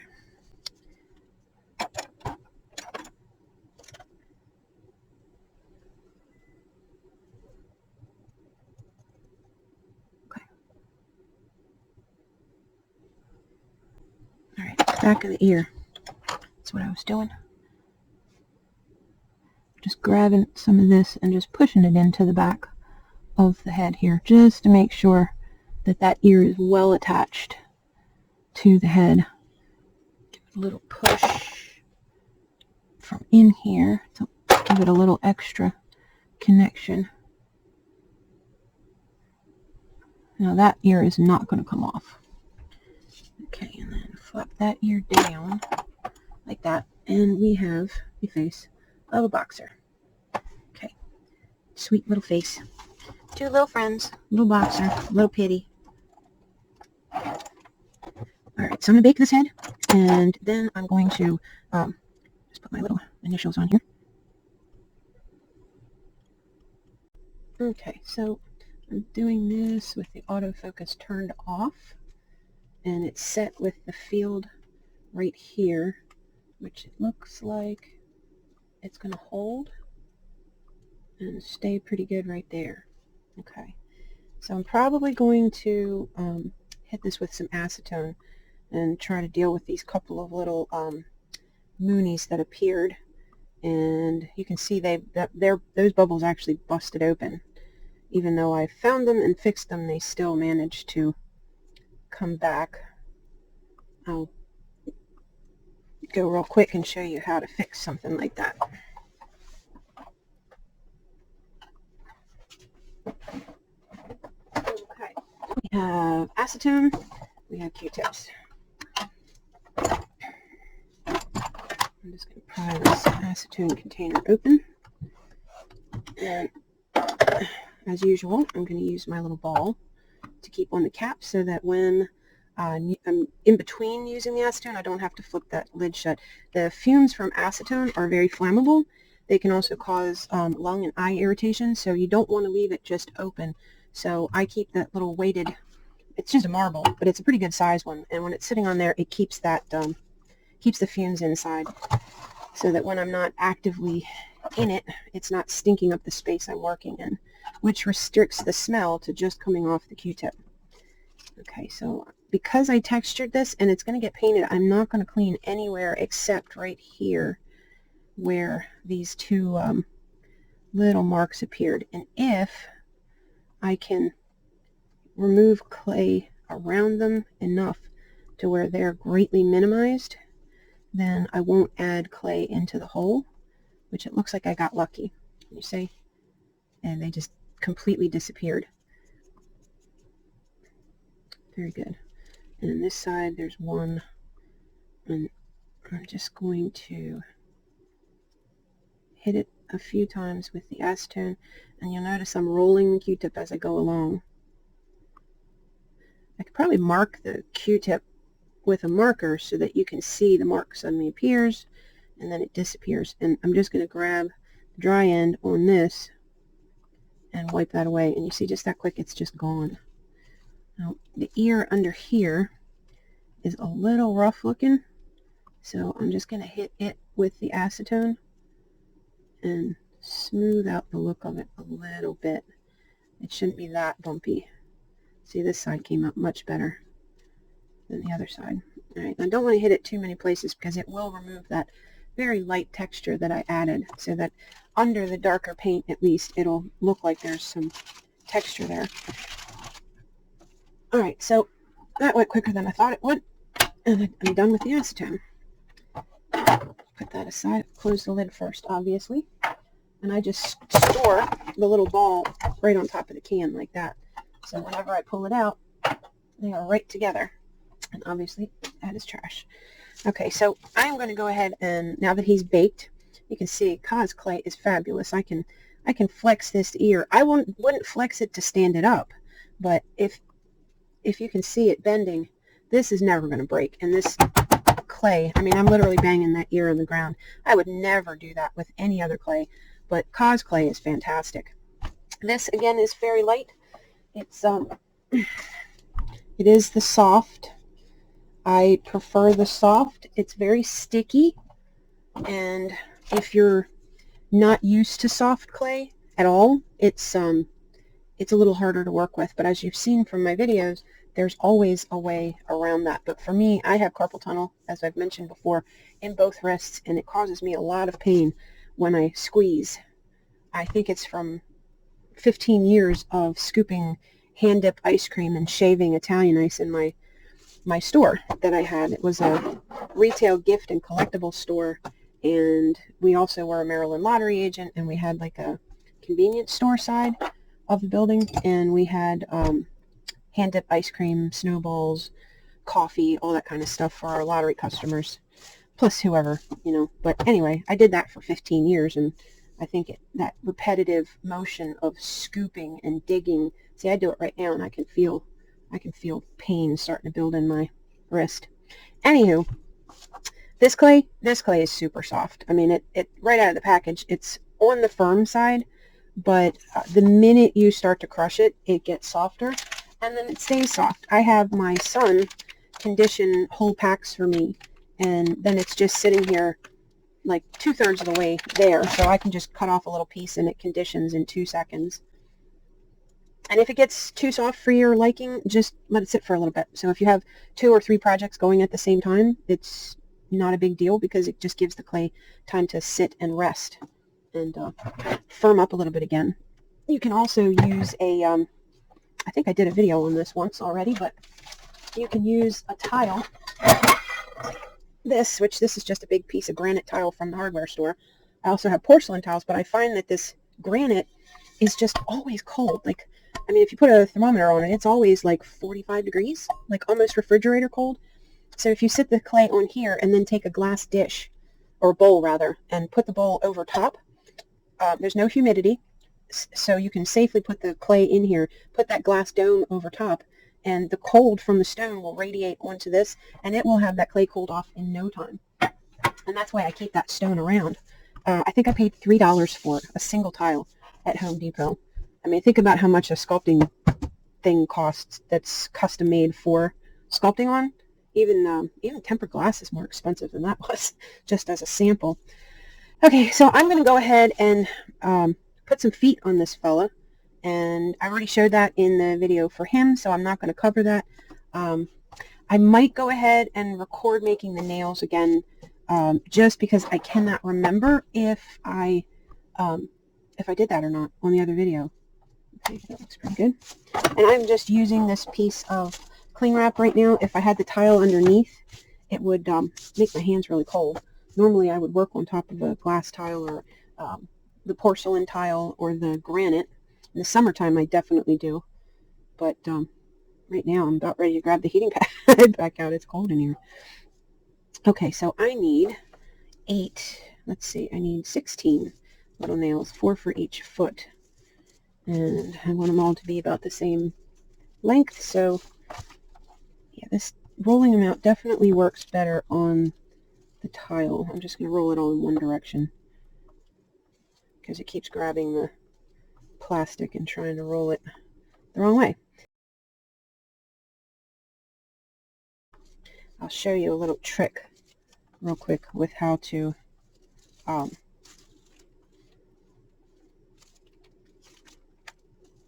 bake these where they don't roll away, because I'm going to bake them with the heating gun. I make a little tinfoil cup, and once I get them all set and baked on the tile, because they stick to the tile, and once they're part baked, I take them out, or I take them off of the tile, and I put them into this, and then I can turn the heat gun into here, and if they move a little bit, they're not going to move so far that they just disappear off the end of the table, which would drive me crazy. Okay, so I'm going to cut this in half. I'm going to cut that in half, and then I'm going to cut that in half. This is just to give me an equal amount of clay for each nail. It's the best way I know to do it. And remember that this end is tapered and that end is tapered. What was the end of each roll? So cut that in half-ish. Cut it in half. And then cut those in half. Okay. Now each of these I'm going to thin out a little bit like this and taper one end, pick it up and curve it like that. So it's like a little, has like a little L almost. Right, and I will stick each of those, oh, it's to the side of the camera here. Let me see if I can bring it in frame. 1 second. Oopsie. So I'm just going to transfer each of these over to the tile and repeat that same process. I'm going to taper the one end and give it a little bend and set it back down. I prefer that the end of the nail be blunt, so I will do that as well. Pick up the next one. I'm going to repeat this for all of the nails. If it decides it wants to bend too soon and gets thick on one end, just grab it and redo it. Now this shape, if I didn't show before, is because the nail is going to get pushed into the head of the front of the foot, and you need that curve so that the nail is pointing down the way it's supposed to be on the foot so that it sits right. You see on his feet? Okay, you can see how they are. The nail actually goes into the foot at that angle on each foot. From that view, he looks like a polar bear. All right, let's put you back down.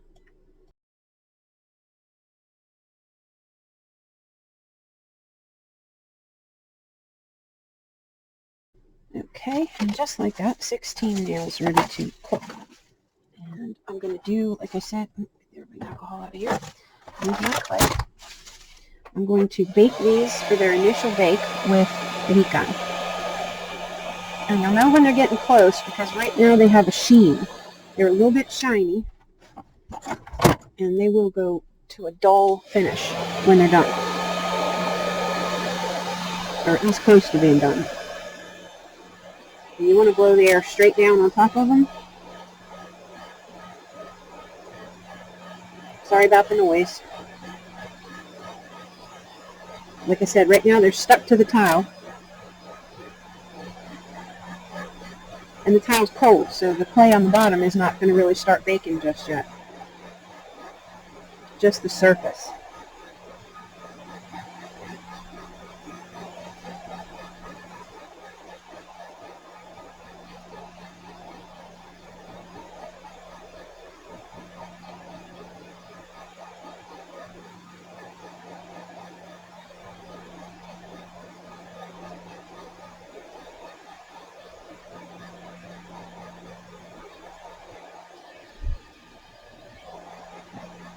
And I kind of gauge when they're ready to be picked up by whether or not the stone has heated up.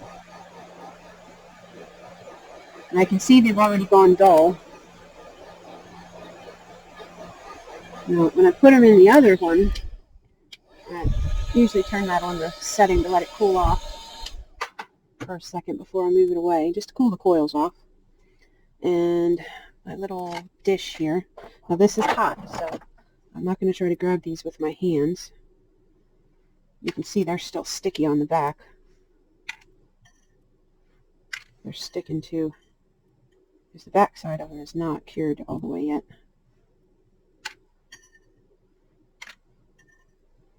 Now this this time when I bake them, they're going to want to blow around, but that's what the little metal cup is for. Just to keep them from dancing too much. They'll blow into one corner, and that'll be about it. But you want to get to it quickly because they'll stick to each other. Okay. You also need a tool to hold the cup still. So I'm just using this little metal thing here.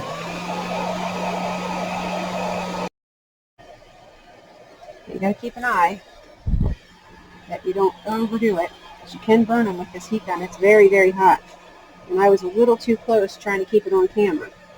Okay, so, oh wait, let's turn this around because that corner is really hot. Okay.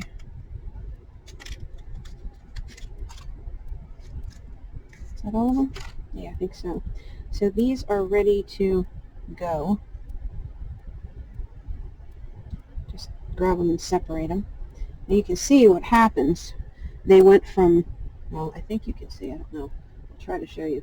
They went from dull to matte, and then they went to shiny, and now they're like rubber. They're very, very flexible, so I will not have to worry that these little bits of nail that stick out of the foot will break, just like his nails.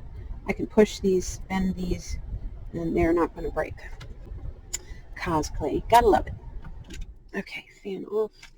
I'm going to throw these back in here for a minute so I don't accidentally sweep them onto the floor, just as a place for them to sit.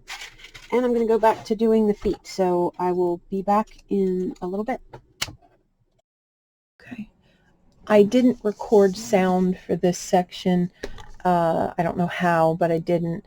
But all I did here was I put the clay on the pads of his feet, and I put it on the next bone up the ankle section, and then it'll transition into adding the clay to the leg, the bigger leg section.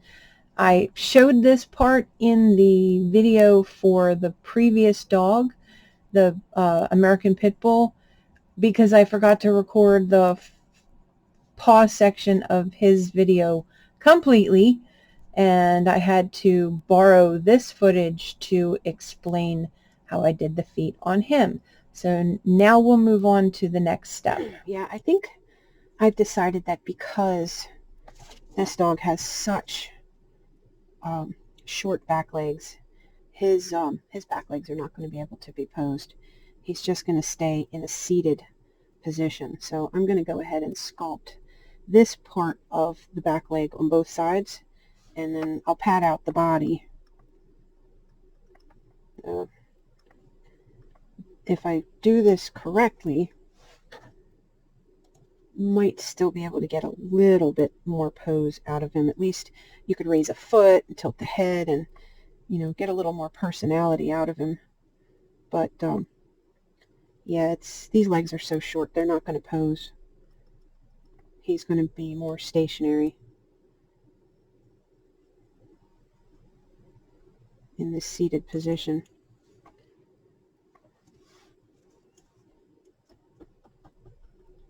I want to leave enough room in here for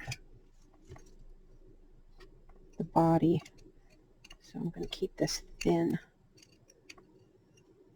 And I might even do a little bit of a lip right here for the back leg flesh to attach to, like I did with the neck, just to give myself a place for the clay to be seated to the neck, or to the leg rather.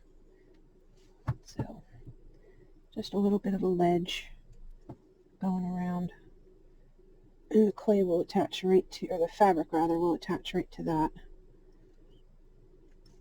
I don't want to make it too thick, or come on, think of the right word. I don't want to make it too deep, because the fabric is still pretty thin, but deep enough that I can kind of allow it to almost make a fat roll right there. Okay. Alright, I'm going to have to raise you back up and have your view be down, because my hand is definitely in your vision. Okay, smooth that and get my picture back.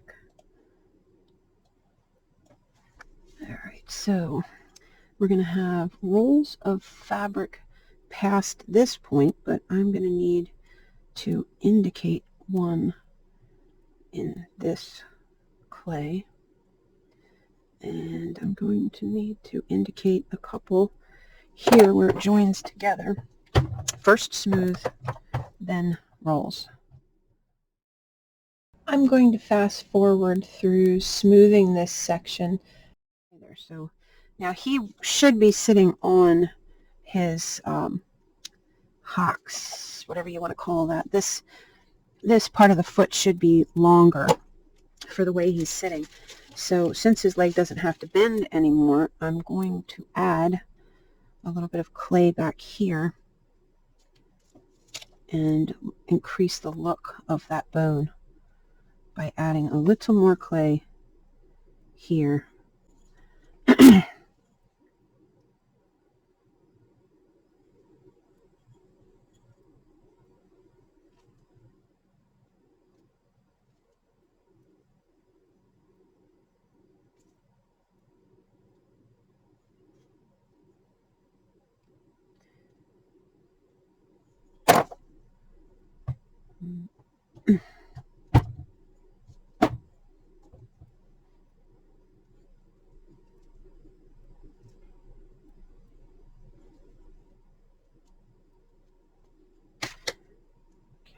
Shorten that.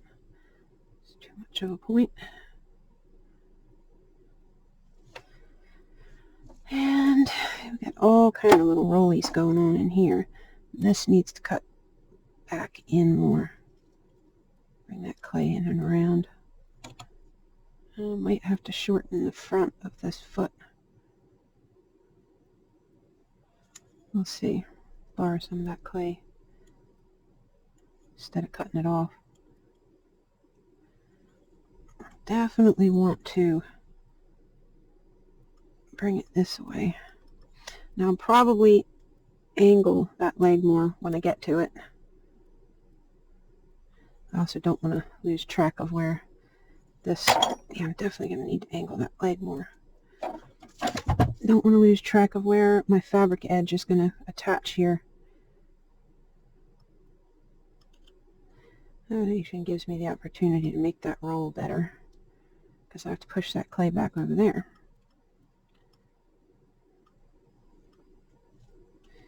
Okay. He's going to have a little bulbous round belly in this area. Okay. Now, back to what I was looking at. It's hard because this picture is reversed. I wish I could flip it. No, it won't rotate mirrored. Nope, not in this program anyway. If you have software that'll let you mirror the image, it will give you the opposite view to help you mentally look at the other side of a picture that you only have one angle. Okay. Now, this leg, at least, looks like it's cocked. This bone is cocked to the side, so I can get part of that look by cutting here a little deeper and sort of rounding this up. Not moving it fully away, but rounding it up.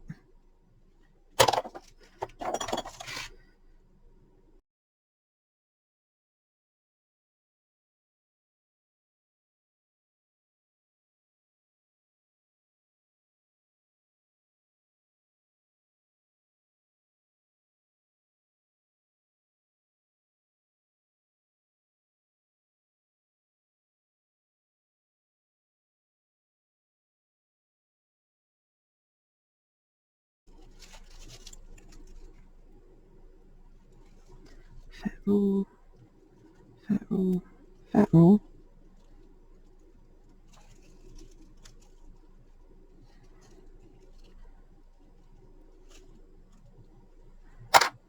Bigger. Oops.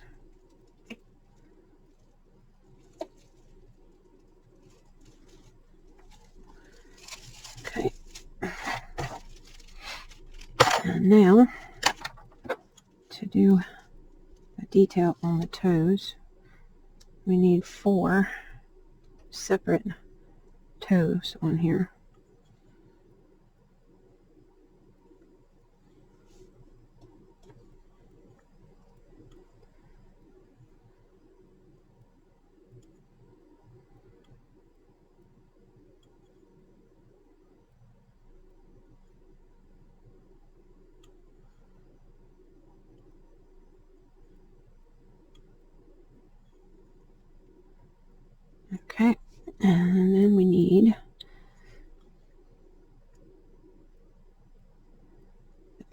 ends.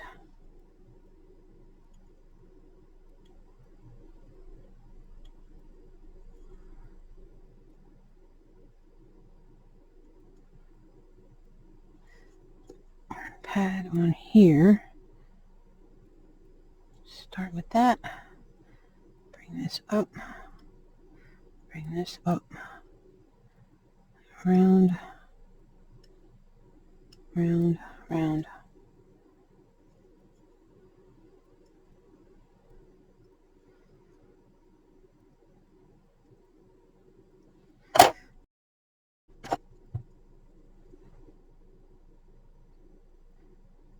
Okay.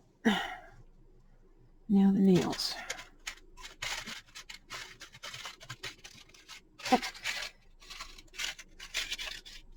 I'm going to need 4. Okay. Now I am going to go ahead and poke those holes before I use the little claw because they're hard to hold on to.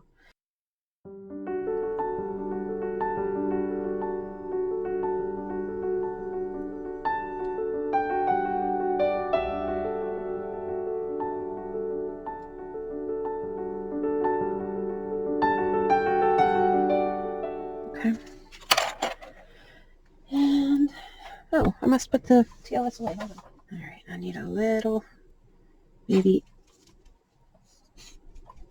come on, come out. This must be a bottle that's been open for a while. Just need a little bit, little dab. Make sure that's in frame. Okay, and I'm just going to get a little bit on the end here so that when it goes in that hole, it is never going to sneak out again. Okay, and I'm not worried at all about that glue being on the outside of the hole because I'm going to brush it in a second. And spread it around.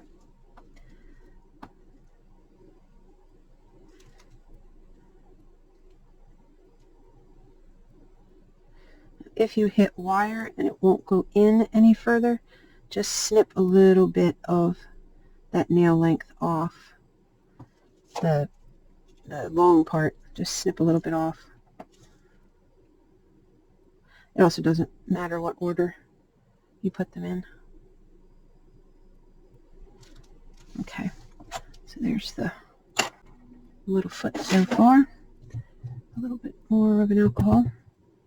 And you're going to need to clean your brush when you're done doing this because you're going to pick up all of that TLS. Put your nail against the, your thumb against the nails. So when you pull that clay over to it, it doesn't move them around. Okay, going right between them. Just making sure that that clay has a good grip on that nail. Okay, now look from underneath. Make sure they're straight as they can be. Now the inside of this leg is kind of a mess, but that's okay because it's not really going to show much. I just need to make sure that there is a solid, flat place to attach fabric to. And if it's hiding down in here where it attaches, that is fine. So it will ring around here and attach all the way through here. This probably will be some of the belly plate. And then up here will come from the back and will attach to the back part of this. Like around here. Okay, so that side I'm pretty happy with. This side, I almost wish I hadn't stuck clay on it yet because I'm thinking, yeah, I'm going to take it off. Actually, because I'm thinking I'm going to hit that side with the heat gun and partway cure it at least. And it won't matter if this side cures because it's just a skin. Okay, I'm definitely going to hit this with the heat gun, so I'll be right back. Okay, so this leg cured with the heat gun, hard as a rock. Little nails are flexible just like they need to be. And we're on to leg number 2. And again, because this entire little body is going to get painted, I'm not too worried about the clay. So I'm using some of my scrap from before. Make sure I don't end up with an elbow full of TLS from the nails. So I'm going to move that over there. Okay, so I'm going to cover the little foot first, like I did before. Start over here and bring it up and wrap it around.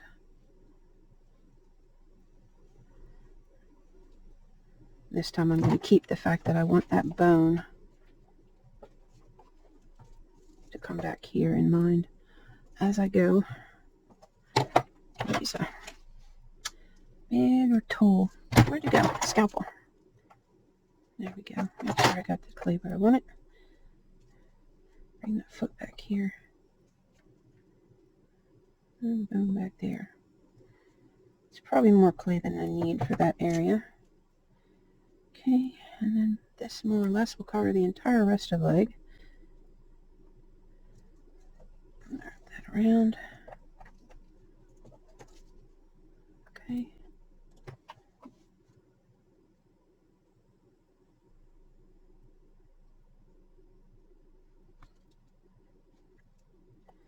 Okay. Yeah, a little push up there.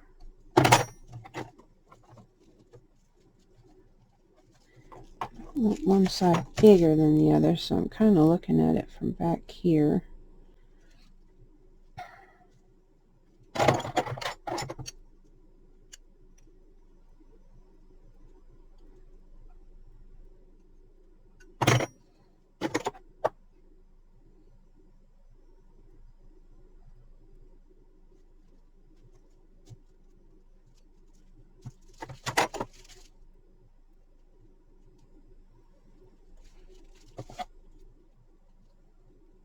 Definitely have too much clay here for this foot, but I will deal with that as I get to it.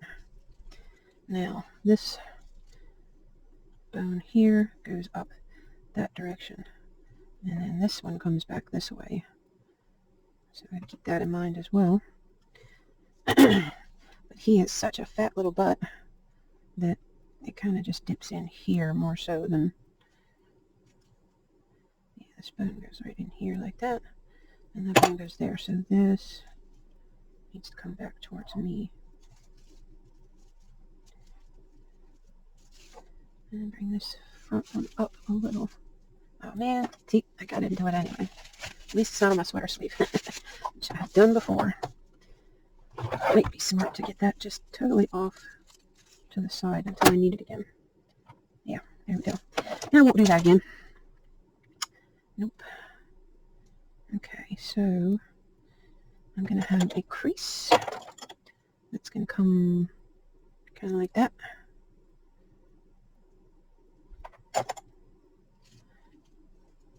There's definitely more meat on this side than that side. Way more if you look at it from this side. And I'm also trying to keep it light, so I'm going to carve back out some of this clay, so I don't have too much weight here. Okay, now I need to make that little shelf, bend that leg out, so easier access.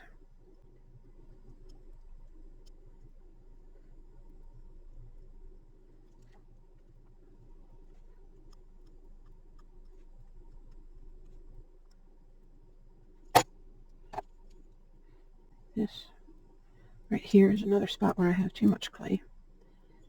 Just pull that away. Taper that down a little bit. I want to try to get them similar. I mean, they don't have to be identical. It's not like you can see them both at the same time. Okay, and again, this is roughing. I'm not doing any big details yet. I'm just trying to get them about the same size and orientation. I want to hide that connection where this fabric grabs that, so I'm actually going to tuck it under a little like I did on that side. And then some of this weight, clay weight, can come back off.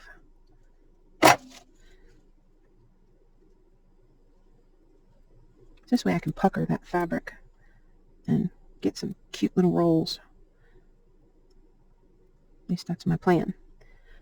We'll see. We will see how it goes.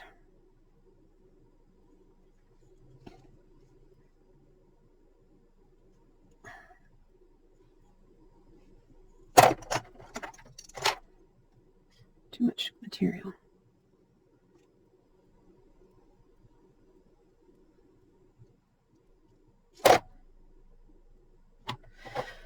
Brush.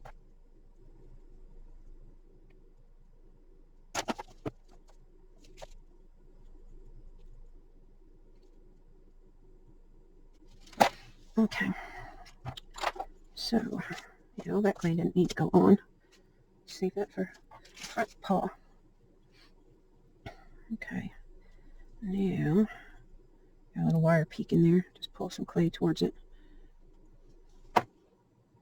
Smooth that right over. I hide that in those little fat rolls.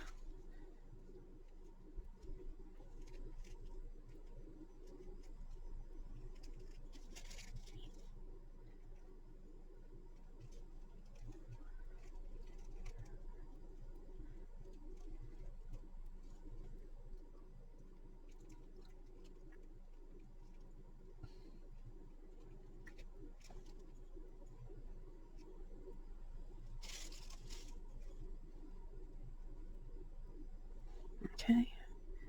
I need 4 toes here. Start with one in the middle. And then divide this side in half. And then divide this side in half.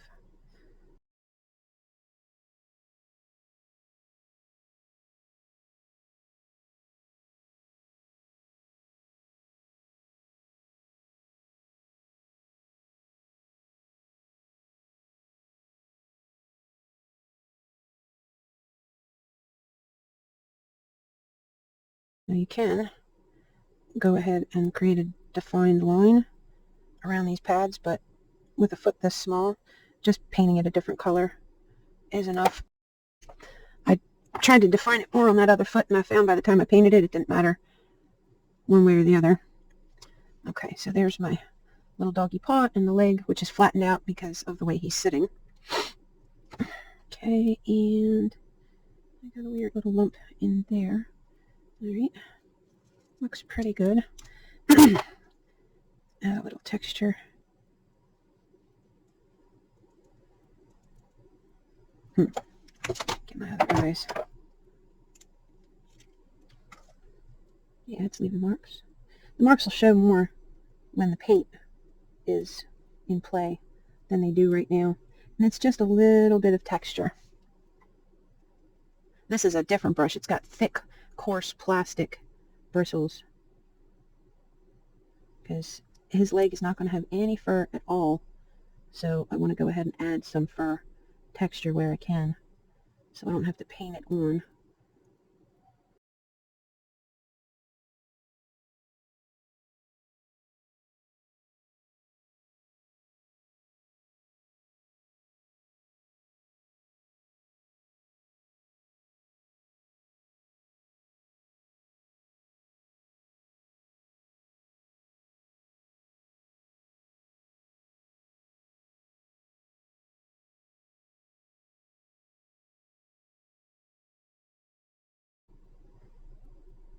Oh god, that's on the back foot. That one's pretty darn big. Hold on.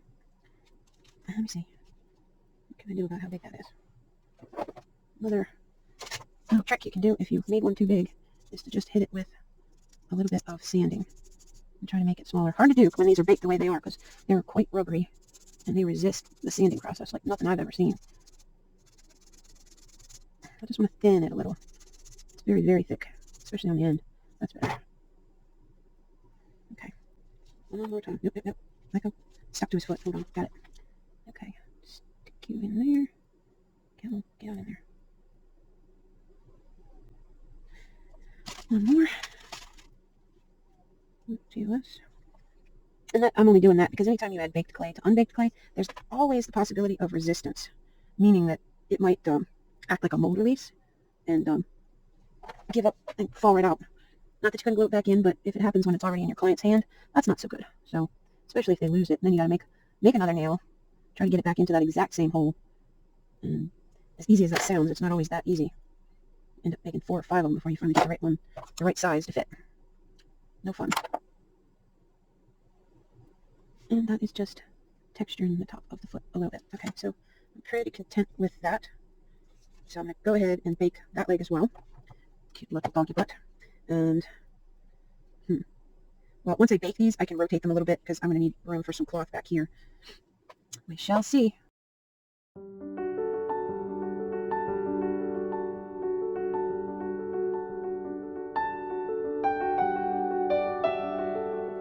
Okay, so now he's fully baked. His paws are all sculpted. Everything's ready to go on his little armature.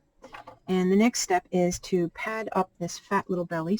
So what I'm doing is I took some polyfill and a piece of batting material that is a little wider than his backside. What I wanted to do is go up under here, under the belly, like that. And it's going to come up in here and go around the neck, and I'm going to stitch with the needle to get it around that flange here, but below it, because I want this fabric that's going to mimic his fur to come in under here and actually get glued to that flange right there. So I'm going to go ahead and tuck this between the legs here and let it bunch up a little, which will pad that little hiney area pretty well, and then spread it out over here and wrap it around the back of the neck like this. And I'll end up stitching this piece on the back to this piece on the front. I need to put a little more padding back here, so I'm going to cut another piece of batting just to pad the spine. He's so tiny I can't do it the way I did the other one. And that's the cool thing about these, is you can improvise. There's no rhyme or reason. You really can't get it wrong except to not try. So just go ahead and give it a shot. So this goes here like this. I'm just going to fold it up because it's this back part that needs more padding. Bring it up here like this. I have more than I need, so I'm going to tuck it under like that.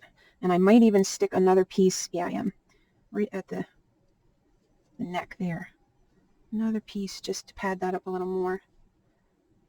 Okay, so that's my general shape. I do want him to be able to sit though, so that's why his belly's real soft. I'm hoping the weight of him himself will hold him down. And if not, I'll put a little stitch or two here on the sides and pull back on that belly. Okay, so I'm just going to throw a little gathering stitch all the way in, all the way out on this polyfill, and it's going to make it pucker, which is not ideal, but it's the only way this will work. Try not to lose the other end because you are going to need to tie it to this end. So don't pull it all the way through on the first pull. Okay, now this view over here is not working out to be that helpful, so I'm going to do away with it real quick, and we'll just go to the overhead for the moment. Or maybe I could bring it up. No, then they'll both be overhead. No point in that. Okay, so now I want to bring this, tuck that in there, bring this around here like this. I could, because I have extra room here, and I think I'm going to go ahead and glue this. I'm going to add some acetone to this. I think I've mentioned that in other videos. If your glue gets so thick that it doesn't want to come out of the bottle with fabric tack, you can add a little bit of acetone to the bottle and just let it sit for a little while. I usually let it sit overnight and then give the bottle a good shake, and it thins it out. You can stick a knitting needle, yeah, knitting needle down in there and give it a stir. Okay, so this is definitely going to need to overlap a bit, so I'm going to tuck it up under here before I take a pinch of the next one. And I'm going to grab, oh wait, you know what, I better go over the top and not underneath, because if I don't, I'm going to go to pull a stitch and it's not going to go. Okay, so you want to always move in the direction that you're going, but away from the stitch that you just made. So in and out, in and out, in and out, in and out. And I'll probably go around one more time once I get this seated on that. And again, tuck that down and pull this side up like this. And I'm going to cross this one over that one and then grab it like that. Okay, and remember, don't pull too tight because you want to use the tail from the head to catch the new piece on this end and tie a knot. That'll hold it, and then you can decide if you need it tighter. You can go around one more time and repeat until you get it the way you want it. Just make sure you go through one loop and not 2 or 3. Oh, and don't do what I just did. Don't get it wrapped around the leg. If you do, don't worry about it. Cut your thread loose, pull it out, and start again. Don't drive yourself crazy over one bad loop. All right, I'll try this one. I'm going to tie it one more time. And again, most of my videos are to help beginners. If you're an advanced doll maker, you're probably not watching my videos anyway. Not that I try to keep everything remedial on purpose. I just try to make sure that I cover the hows and whys of why I do things, so that if you've never done it before, it still makes sense. Okay, and this is just the padding, but I want to get a shape going here to make sure his belly's got all the padding that it needs without it getting in the way of the outer fabric, which still has to go on. Take big chunky stitches. Don't just grab at the surface, because this will just pull out and you have nothing. See, it'll do that, and your nice hard stitches are going to turn into squishy nothings.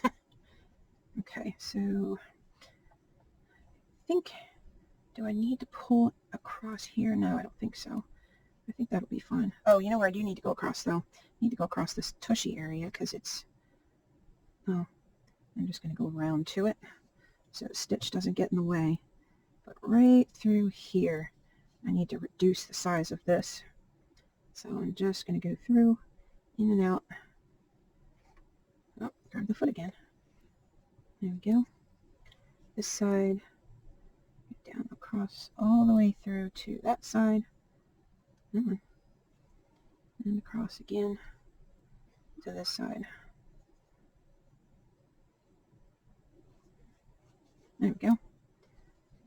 Make sure that fits between the legs. Just reduce it a little. Oh, did I really? I'm so sorry. I have this down here. My eyes want me to see more than you. So what I'm doing is reducing the space between here and here. I don't know what I can do. I moved my camera. Let's zoom out a little more. Maybe that'll help. Okay, and I'll put 2 back just in case it's easier to see. All right, so the gap between here and here is really small. And if I'm going to have a place to attach the other fabric to, I need to make sure I leave access to it. And this was too bulky through there. So what I did was I just stitched across, and then I stitched back, and then I went around it like a loop so I could pull and reduce the volume.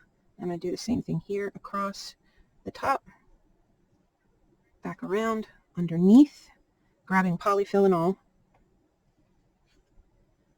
And make sure this stays over this side, because I want to reduce the size right over here. There we go. And pull that part in as well. Nice little stick out tushy, but everything else is where I need it to be. All right, now I'm going to just throw a couple more little loops right here, just to make sure that area stays bound up pretty tightly. Not the little bulgy belly, but just right there. All right. And I need to make a knot there. I'm just going to do 2 and then 3 and pull it tight, and that's a nice little knot. Okay, rethread my needle.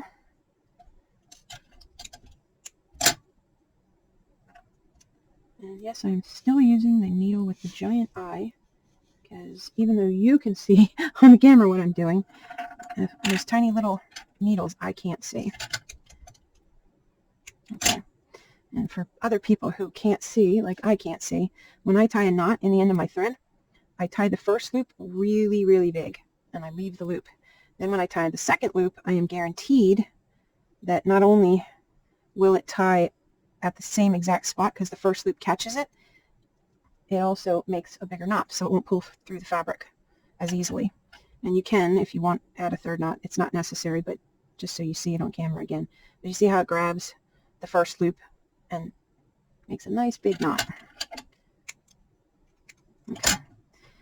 All right, now I got to stitch up this side, tuck it again underneath of this leg here, and grab, all right, pull this leg out a little, and tuck that fabric in. Sorry, I know it's hard to see because it's all white on white, but Let's see. So what I did on that side, all right, I pulled it up here. So I'm going to repeat and do it the same way on this side. Pull it up above the arm, which tightens up the belly enough to get it off the ground, but he's still good and chubby.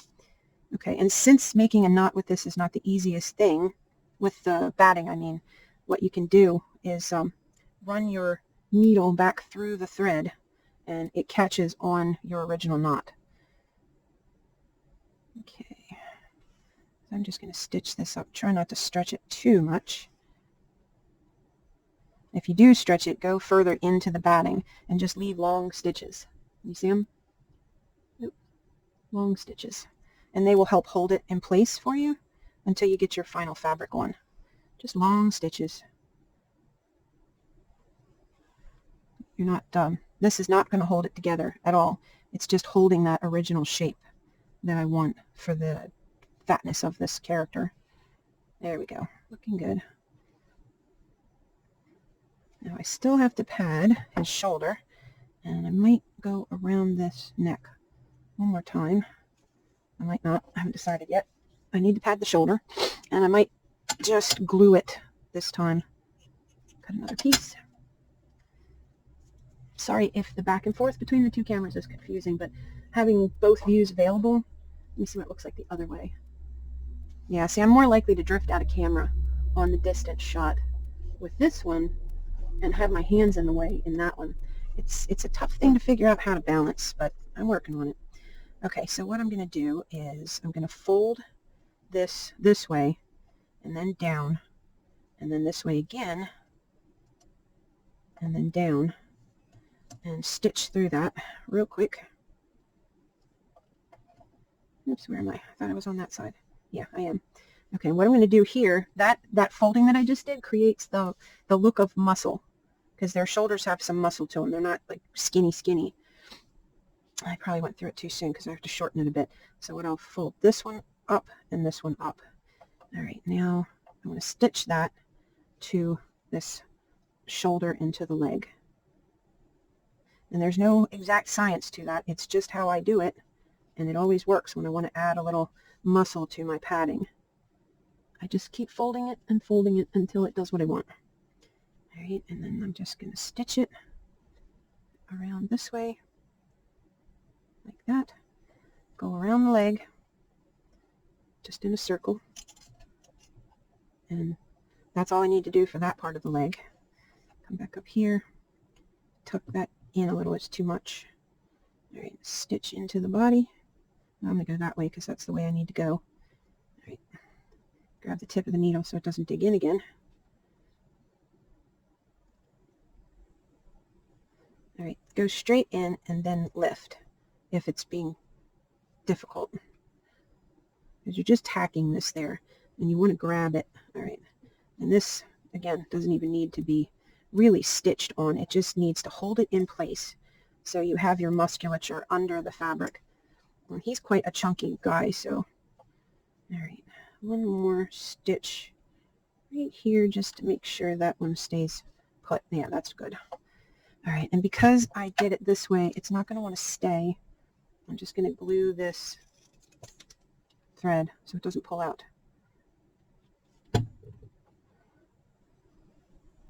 Little pinch, make sure the fabric has that thread, and then I can cut it off, and it should stay where I left it. Okay, more thread, repeat for the other side.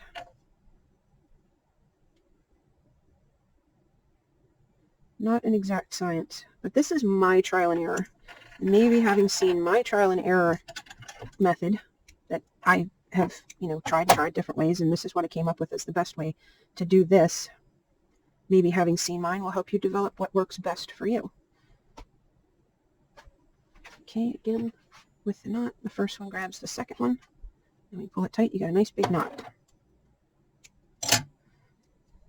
Not only is it not going to come undone, it's not going to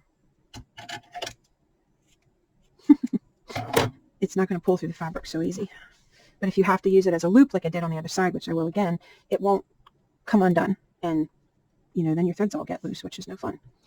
Okay, so we're going to go one fold down, fold in, or did I fold in first? See, there's the thing, it doesn't matter. Just folding it in reduces the upper part, but makes it the right shape for that shoulder muscle. Fold it over again, and then fold up the corners so it's not too fat and juicy for the shoulder. But I have thick padding through here. I think this might be a little wider than the other piece was. Maybe that's what's throwing me off. So I'm just going to do a little squinch here and see how it looks on it. I think this piece might be a little wider. Yeah, it is. That's what the problem is. Easy fix. Squinch it before I go, or maybe I'll cut another piece. Yep, that's probably the smarter way to go. That one is a little stretched anyway. Just thin that down a little. Okay, try again. I probably should have cut them both at the same time, but I didn't. I'll leave it. Okay, so fold the first one. Fold in the corners. Nope, definitely folded the corners first. Then fold again in the middle. Yeah, there it is. Don't worry about it. Just, you want to fold and get your padding to be folded compact and bunch up nicely. And fold one more time this way, and fold your, it's still too long. So I have a little less clay on this side than I did on the other side. So this needs to go up there.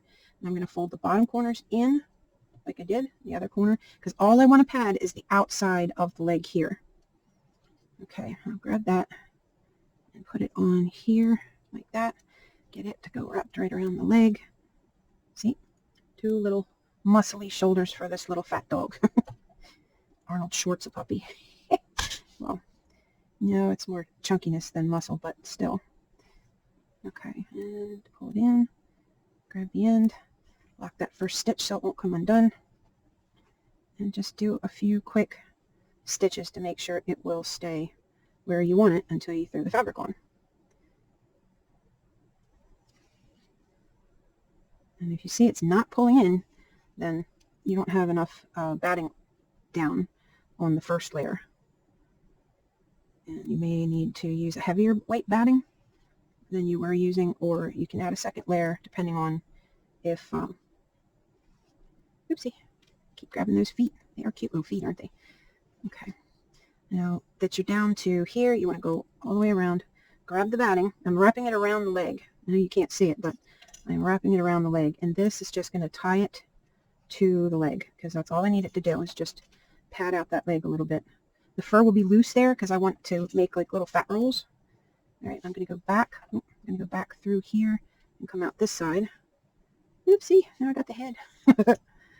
There we go. Okay, tuck that in and stitch it.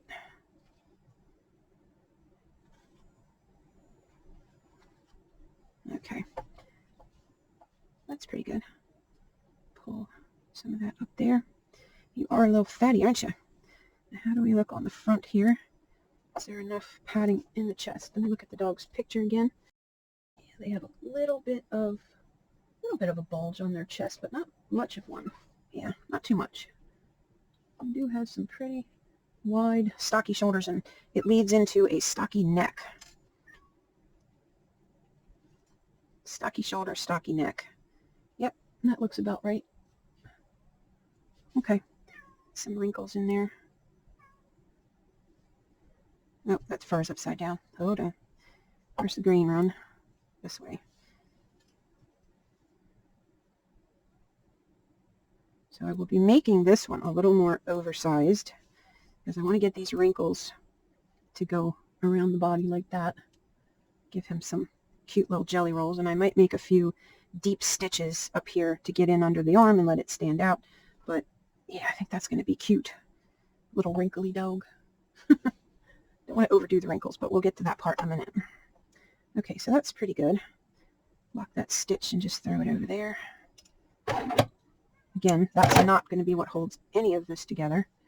That's just the beginning part. Okay, so I'm going to take a quick break, and then I'm going to cut this to cover this dog's body. Make sure I've got the fur running the right way. And it's going to go on like that. And I'm going to cut this bigger. It's going to be longer, much longer. Like, I mean, I want it to pucker, so I can kind of dry fit now, and I'll see how many puckers I want. I want to bring it up so that it comes like this. And there's not a whole lot of material needed for where it's going to attach to the leg, if you can see that. Sorry, hands in the way. So back here I don't need it, but up here I need to get to the foot, because I'm going to come right down the leg to the foot. So this is going to be another unique custom cut. I don't know if you can hear that in the background. I have the door propped open and the cat is talking to me. So I'm going to go take care of that and I'll be back. Okay, so I have this little bit right here, which might not matter if it ends up puckered right where that is, but I'm going to go ahead and cut it off just because I don't want to take a chance that it won't be puckered and it'll show later and just be this, what is that and why is it there sort of thing. I just hope I am not going to leave myself without enough material because I cut that off. But let's see. Nope, it should be more than enough. Okay, so this part is going to need to wrap around his shoulder like this, and will probably come around all the way to the chest like that, where it will meet up with another piece that will get the fur running in the right direction over there. This will come up under here like this and come down to about the shoulder on that side. Okay, so that gives me my width, what I'm going to need. And I'm just going to snip right there and give myself a little bit extra, maybe another ½ inch just in case. All right, now I can see that this is not a straight line, but that doesn't matter because the side here is a little crooked anyway. So I'm probably going to have to cut that back. It's just to make sure the front part is long enough. I'm just going to get some of this bulk out of the way. There was my mark. Okay, and as straight as I can. Again, it doesn't need to be an exact science because this fabric does have a little bit of stretch to it. And the stretch on this one gives me room this way, not this way. So I can get a little of this if I need to help get those puckers. Stretching this fabric will make it pucker. It just has to, that's why you have to make sure you're going the right way. Okay, so I'm going to trim away some here, and I am going to trim again. And unfortunately, that means that this piece of fabric is not useful for another big project, but it's more than enough, as you can see, for the belly. So it's not a problem.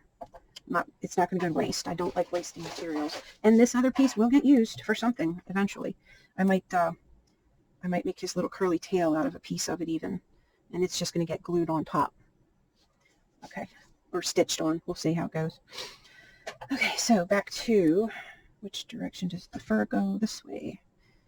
Okay, and it's going to come up under here like this, under the ears, and get glued right there. So that's where I'm going to start. I'm going to start here again. Make sure you can see. And I'm going to put glue right along the neck here. And I'm going to come up on there just a little bit, just to make sure that everything locks together when I stick this on here. Okay, so I'm going to tuck this in to that little groove. Bring it around. And I may have to flock a little at the edge, so I did save the little clippings that came off of the fur when I cut the edge of the fabric. Some little clippings had come off, and I might flock the neck right up to between the ears. I don't know yet. We'll see, because you can use put the flocking in, and then like I did on the other one between the toes, you can indent into that flocking and create a little roll here that will just look like another fat roll like he's got up here. You can also take and cut another little piece of fur.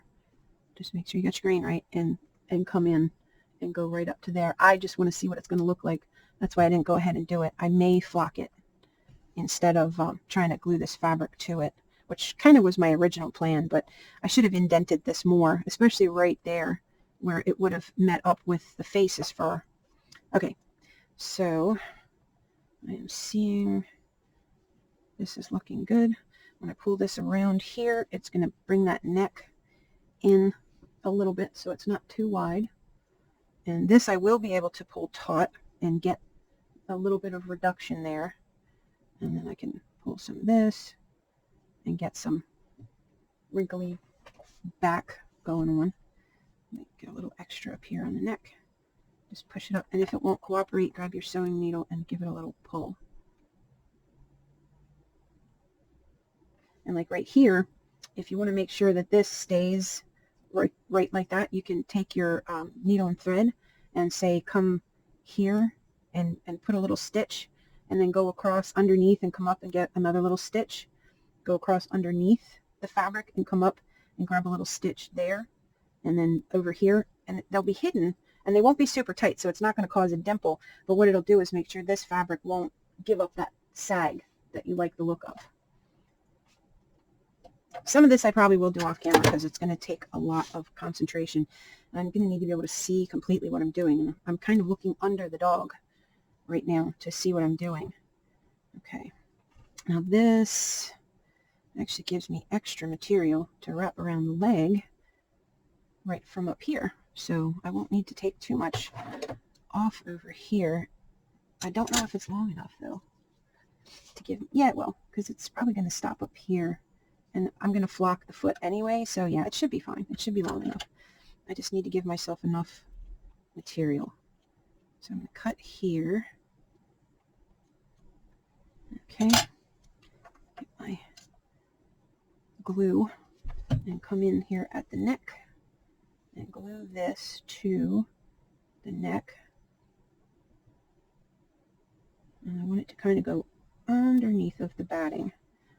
So I'm going in that crack, and when I bring the head back, I'm putting the fabric down in here in this groove, and then when it comes around and touches there, it's doing so and causing a pucker.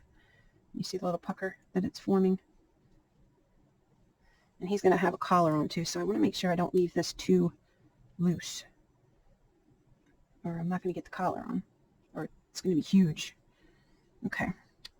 So there is that, and I want to make sure this side's going to come around and do the same thing. Let's go ahead and add some glue there. Push this back so I see what I'm looking at. Oh, you know what I can do? Pivot the head a little so I can get to the neck. Come in here, get the glue down in that groove. Okay. Pulling the fabric will make it roll under. And just push it on in there.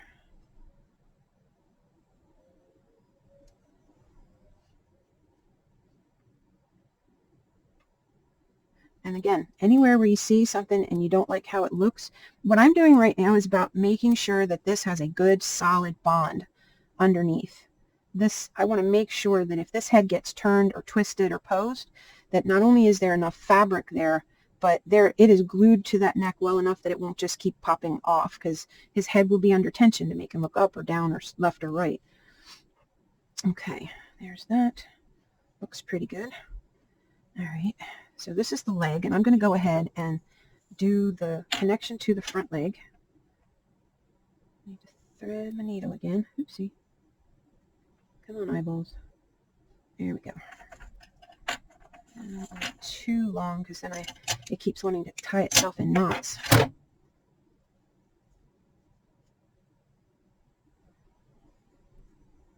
But all the troubleshooting I've done over time making little dolls like this, and usually they're an accessory to another doll. I don't sell these separately as a separate item, so I don't really draw much attention to them. But it's great to be able to know how to make your own accessories for your dolls, especially if you want to make complicated little character dolls where you want the whole story to be illustrated by the doll and its accessories. Okay, so I'm just going to wrap that over, and I'm going to grab a pinch of the flat side of this. Oh, you know what? No, I'm not. I'm going to go from underneath and lock that stitch in there. Okay, and that will help me turn that fabric over all by itself. All right, now I can grab a stitch and then come over here. I see where my end is going to touch with it being snug right about there. Okay, so I'm just going to hold my thumb there. Oh, you know what? I was going to go ahead and glue that, but on second thought, I'm not going to, because I want to get a little bit of a wrinkle at the top of the leg. And if I glue this now, I'm going to make that fabric taut, and I don't want that. All right, so I'm just going to rough stitch this. See, those are things I've learned in doing this before, It's tempting to glue it ahead of time, but if you do, you limit what you can do with the material. So I'm just going to open his leg up a little so I can see and you can see what I'm doing.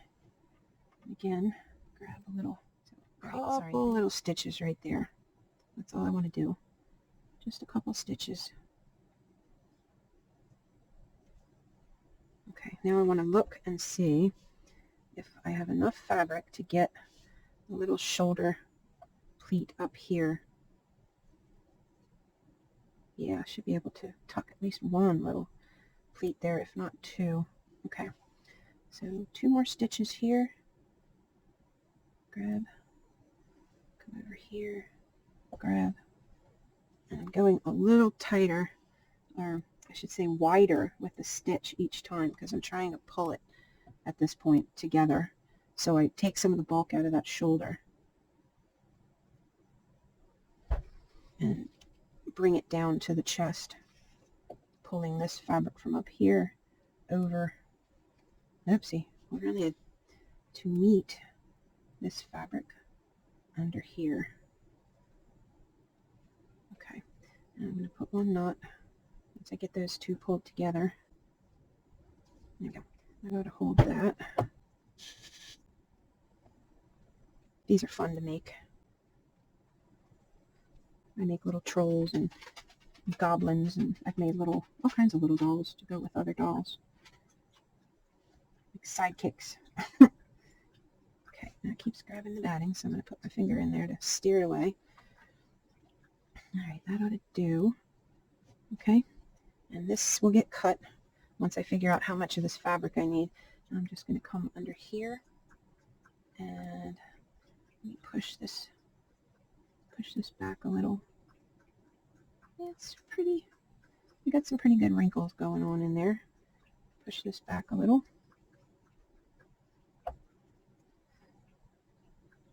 I'm tight enough.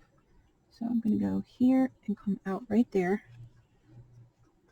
And then come back here, go over to the middle. Push that up there and go over.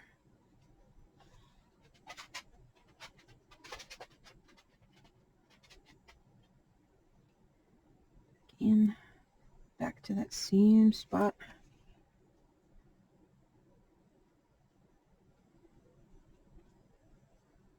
And come back out on this side.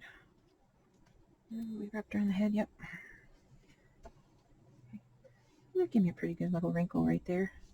Alright, now one more up a little higher. You can use the thread, but it's going to show. Like, you can do that. See? But it's not really hidden as well. See if I can sneak one in there and show you. See, now I have a wrinkle, a little fat roll. But it is going to show. Not my favorite way to do it, but I'll do one just so you see it. Push up.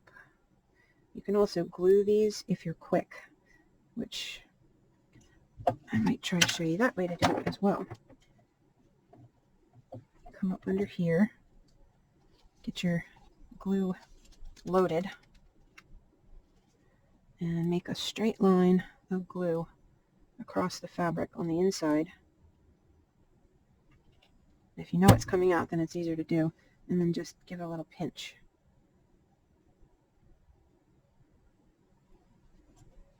And you get that little raised pucker there. Okay, oopsie, claw. So those are my puckers, my little puckers. All right, and back again. I'm going to throw this up here because I want to put a crease on the back of the neck here before I move on. And I'll try this with the glue just for giggles. Get the glue coming out of the tip, go into that crease, just to make sure it's going to come out and stay where I want it. Okay.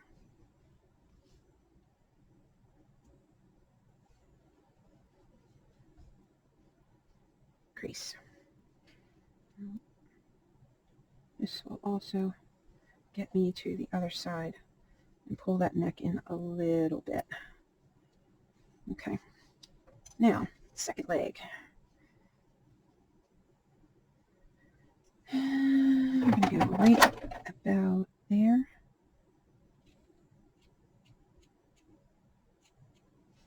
Okay. Down, the leg out. Now, I'm not worried about where this doesn't meet because just like the other dog, just like the other dog, I can flock this. I can cut a little piece to cover the top of the foot. If you tried to do this all in one piece without a pattern, you're going to drive yourself crazy. You have a natural tuck right here where it comes together in the corner. Use that to your advantage and just glue another piece on. It's much easier to cut a little piece and figure out how to make it wrap around the whole top, side, and back of the foot than it is to try to figure out how to cut this long piece and have it perfectly land without leaving yourself without enough room here. You know what I'm saying? Well, hopefully you know what I'm saying. Because it's frustrating if you try to do it the other way, all in one piece. And you'll ultimately use up more material than you need to. Okay. This is going to need to be changed, so I'm just going to go ahead and dig in here and pull this thread out because I don't need it anymore. It's not going to be long enough to do the next leg. So I'm just going to reset and do it again. Lock it in. Good enough. Take that out. Start again. Thread is about the only thing I don't mind wasting. God knows, I have sewn something with the fabric facing the wrong way enough times. I had to seam rip it apart or start again. I don't mind wasting thread. By accident, if not by design. There. Okay, so I'm going to bring these two together. Oh, I must have accidentally flattened his little paw before I put him in the oven. It's alright, I'll fix it. I can add a little more clay on there and cure that with the heat gun. No biggie. No. Under here. Catch that stitch. And then grab it like that. And that turns that first piece under mostly. And come on around here. Grab this one. Pull those together. There we go. And again.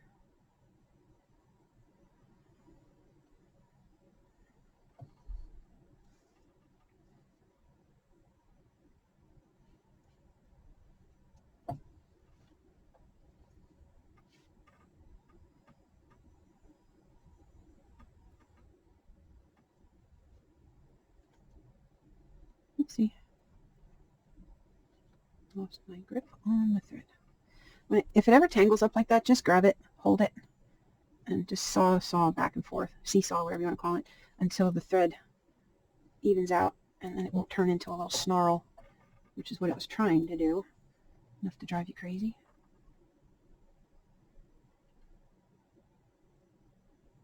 See, I taught myself how to sew a long time ago when I was a kid, just stitching random things back up. Didn't have a lot of money, so if something got a hole in it, you either fixed it yourself or you walked around with it with a hole in it. So I learned how to sew out of necessity.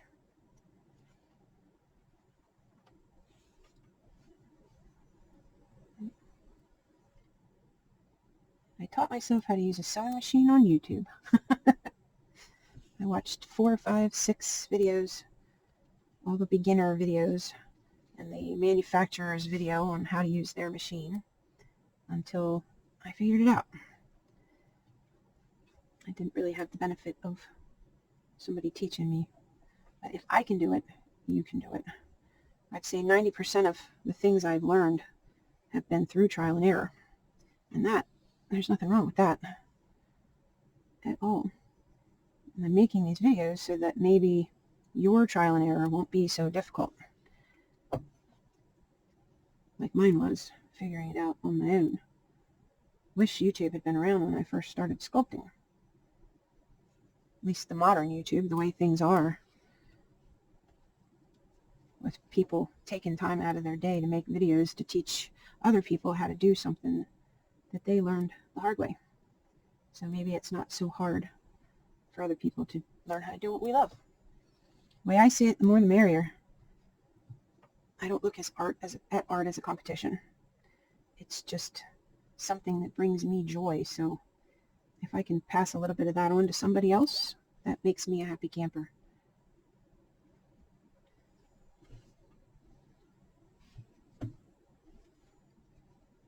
You never know what's going to light somebody up inside. And my daughter loves to cook. Well, she likes to watch people cook. Keep trying to teach her how to cook. Okay. Okay, I caught on the foot again. Okay, that's pretty good. That's pretty good. I'm happy with that side. Now, the neck is puckering a little bit more than I want it to still, so I'm going to try and put one good pucker on this shoulder, and then I'm going to pull it in a little bit. Oh, you know what it is? That's what it is. It's your legs are bowed out too much. That's better. Yeah, much better. Get your little feet together, buddy. You see the back legs? Barely. Your feet are still too far apart. That's white thread on white fabric. It looks better in the finished product, but boy, does it make working harder. That's good. All right, that gave me a good look. I like that. Now I just need to tie it off so it stays tight.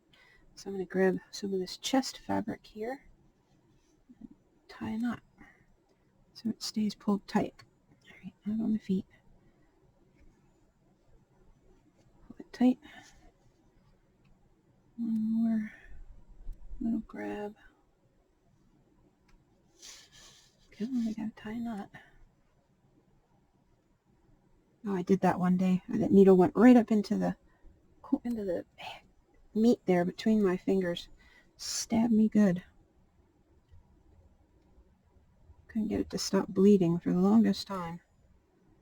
All right, push it in back there to hold the pressure and tie your knot. All right, that'll do. Will it? Hold on. What do we got here? Let me see. Nope, I need to pull some of that down. Go through to that side. I want it right over here. Yep, right there.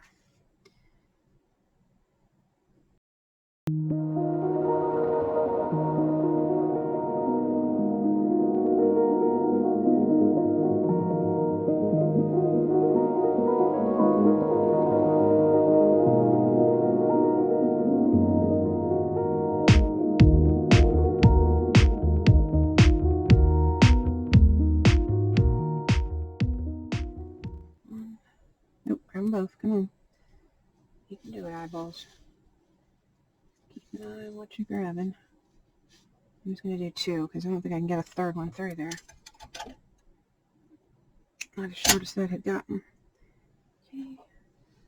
All right, so that was the front two legs. And now I'm going to look at the body again. Pull a couple little wrinkles up like that. I think just because I'm afraid they're not going to cooperate, I'm going to go ahead and try to make them with glue because they're being problematic on account of this fur texture. So a little glue there. Just making a straight line of glue. Folding it over. Again, I don't want it too big because I don't want it to look like it's just a pleat. I want it to look like a little fat roll. I might have to wait for this to dry before I can do anything else with it. We'll see. I want them closer to the butt than the top of the body, so yeah, that looks pretty good. I might just call those 3 a day. All right, so those are good. Can I get one more? Does it need one more? Does it need one more is a good question too. Maybe I will just put a little glue on the batting up there and create that roll that way. There we go. Okay. Nope, he didn't stay. Okay, some little chunky fat dog rolls. Okay. Now you have to come and go under here like this. So let's see where we need you to cut off at. And I'm going to mark it with my handy dandy Sharpie, which I usually keep closer than that. This is going to come and be the belly. So I want to separate that before I do anything else. I don't want to forget because I need that belly strap. I might even cut a little extra. That's my belly strap. And this is enough. Yeah, because he's not going to stand up, so it should be enough. Now, I need here. Do I need there? Hold on. Come on. Cooperate. I see what's wrong. Hold on. I didn't cut this enough.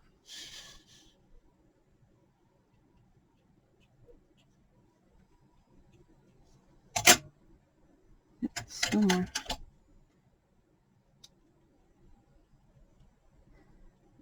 When I make doll clothes, I don't really use a pattern for them either. It probably shows, but it is how I make them. I think pants is about the only thing I make a pattern for. Or, I'm saying that wrong. I do use a pattern, but I make my pattern based on my doll. I don't use a pattern that somebody else made. I always make my own pattern. And because making a paper pattern isn't always useful when you're working with a funny little body like this, this is how I make my per se pattern. I kind of just tailor it to fit the project as I go along. And it's going to get tucked behind that leg, so I want a little bit extra. So I'm going to make just a couple. Oh, what's wrong with you? There it goes. A couple little marks.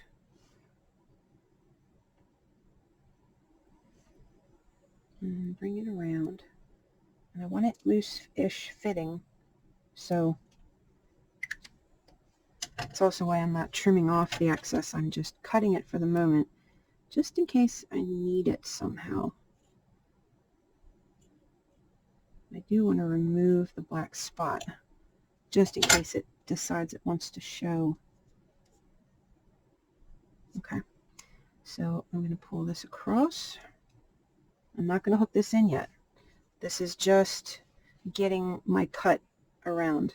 So I want to be mindful that this is above the fur still and hold it. I'm going to hold this side too and repeat exactly what I just did on that side on this side.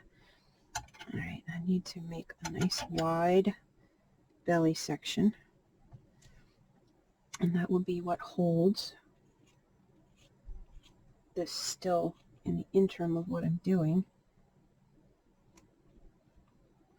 Oh, I have those scissors again. They look sharp. Depending on what you're cutting, they're sharp enough. But for doing this, they're just annoying. All right, I'm going to take this, if it will allow me, and just tie that little belly, just so that it holds that fabric and keeps it from moving around while I do this part. Okay, make sure this isn't moving, because you want it right where it's at, and repeat over here what I did over there.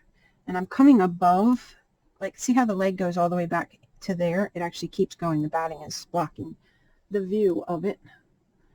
I'm going to pull the fabric so that it overlaps that and then a little bit more. And I'm going to make my mark up here. Pen dries out so fast. And I'm going to pull where this would come on the butt up the same way and mark it as well. Okay.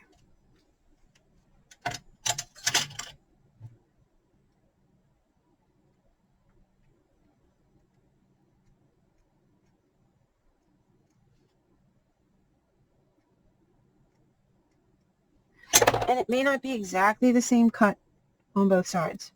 Don't make yourself crazy if it's not, because that's not what's relevant. What's relevant is that it fits the dog with plenty of room to spare, like that. It just needs to fit the dog. And it also has to pull under here like this, because the belly fabric has to stitch to it. The belly fabric is going to get glued, if you can see, under here to that ledge that I sculpted earlier.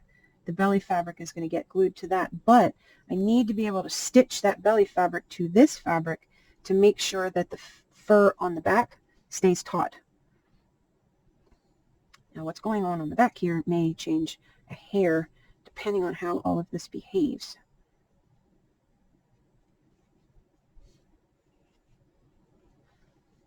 Let me see. Come on, poof out a little. So it's looking like I might glue it to the top edge of the leg instead of down in the back, because I don't like how thin it made him, gluing it where I had originally intended on the top. I like him better like that, a little more portly than with it tucked down in and glued where I originally wanted it. So I will glue it under here, but then I'm going to let the fabric overhang the top of the butt like that. Yeah, I like that better. Okay. Okay. Little chunky puppy roll. Okay, now before I glue, I'm going to see if I have enough fabric right here to come up and be the belly, because the belly's going to be taut. They don't have a lot of loose skin on their belly. Oh, you know what? Nope, I can't. I have to cut it off because the fur will be running the wrong direction. Nope, not doing that. I won't like how it looks and I'll be mad about it, so.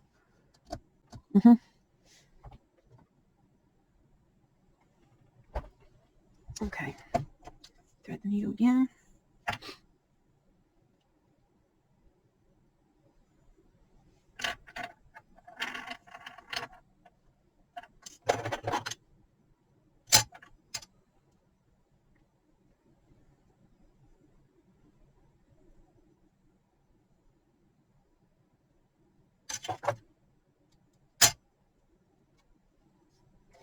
Okay, so I think I want the belly fabric to end right here, so that's where I'm going to cut this off, is right where those threads are. So I'm just going to come in a little semicircle right around here, if it'll cooperate. I'm going to turn it upside down to me so I can see what I'm looking at. Just a little semicircle. Let's see. I will try to even that up just so that when it's stitched in, it looks right. Yeah, that looks pretty good, except, well, too much material on this side. Okay, that's pretty good. Pull that out and have a look.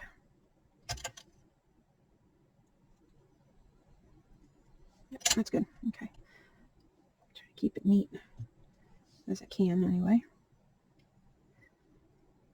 All right, now I'm going to go ahead and make the tummy flap.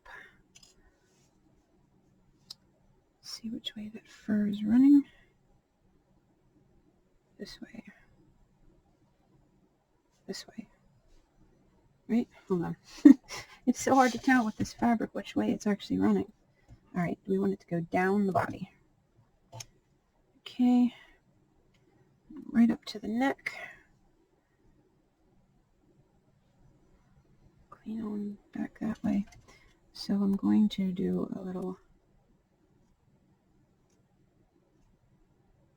curved line here too.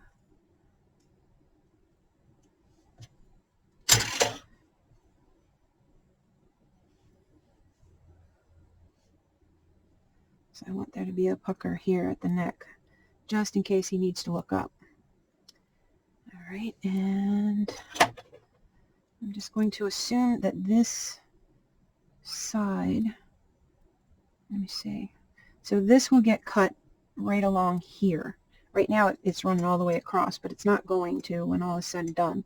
It's going to stop right here. So add this in the middle here. Pull that fabric up a hair under the neck because I want a little roll. Just going to attach up under here. All right, and I am going to reach that side and, ooh, barely going to reach that side, but it will reach. Okay, so that's pretty good. I'm going to go ahead and glue that neck, because I want it to hold still in the middle for me.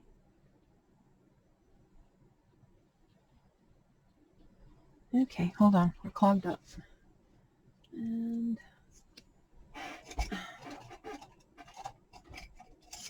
oh, where is the little pokey tool? There it is.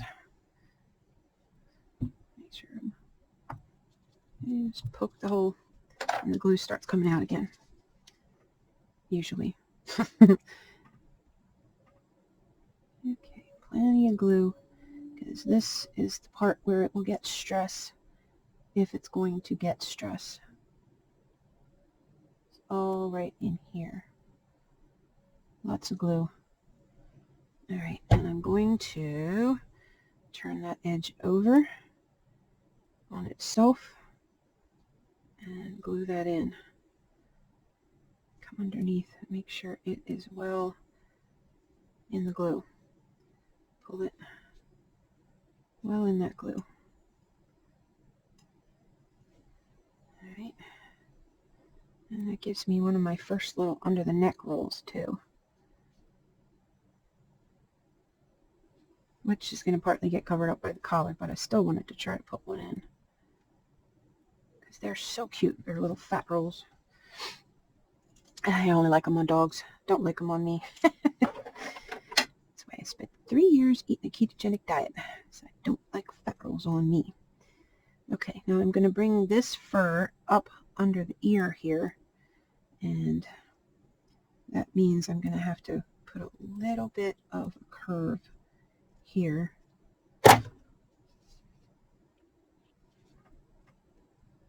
Just like I said, in case in moving this head around, it ends up wanting to expose the neck. I'm going to use, sorry folks, that had to be confusing looking. Let me back it up a hair so I don't do that again. Okay. I'm going to take too long. Let that glue sit up on me. Alright, tuck that in there.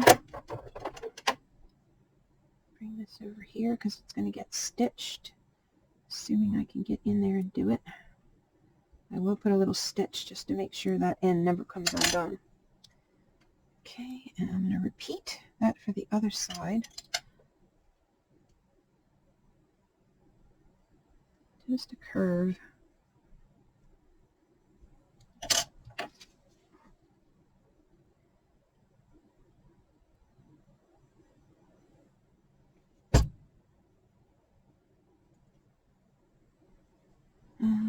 If your fingers are not strong enough to pull it where you want it, grab any little handy dandy tool. This is just a pair of jewelry pliers. I had them handy. You can use hemostat or tweezers or whatever you have handy. And just pull that into the glue and hold it for a second. A lot of using fabric tack with polymer clay is just a matter of holding it. Give that glue a second to melt the clay and get those two items nicely bonded together. And once it does, they stay together pretty well.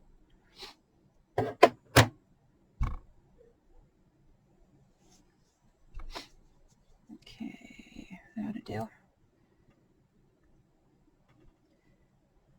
I'm not going to stretch it just yet, but I am going to give it another little pinch here of clay. All right, not clay, of wrinkles. I want to make sure there's plenty of fabric there. Spread the legs out. Come on under here. All right, now that little piece I cut before with that curve needs to come off and come on around under the arm, so we get a good separation there between what is the belly and what is the back. Okay, and repeat for this side. And what is the belly and what is the leg, I meant to say. I don't want this to be taut, but I don't want it to have puckers down the belly either. So I'm going to trim a little extra on this side just to make sure when I come back and sew this, it cooperates. Okay.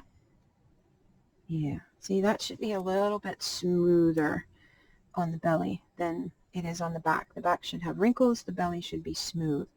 And all I did was cut out the armpit right in the groove where I'm going to be stitching. Next step is stitching, and I'm going to start back here. And I'm going to dig, where do I want to hide this thread? I'll hide the thread back here. Look at a clean line, yeah. Okay, come grab a piece of the thread back here, or the fabric, I mean, and grab that piece that I have glued around the neck, and just get that anchored to this body fabric so that if it's under tension, it has something other than just the glue to make sure it stays put. All right, 2 little stitches there. Don't you love the Cosclay? Look, I'm pushing on his little ears. They're wiggling, but they are not going to break. I don't even have to worry about that with this clay. I just love it. Things that used to stress me back when I was using regular clay, Pro Sculpt or Sculpey or whatever I was working with, I no longer have any of those worries. This clay has just cured everything. And somehow it still has that matte porcelain kind of look that I like.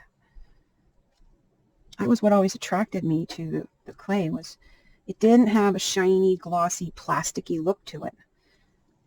Some of the colors that I had, the one angelic rose or whatever it is, personally, I like this. I like this look. And it doesn't show moonies as easily.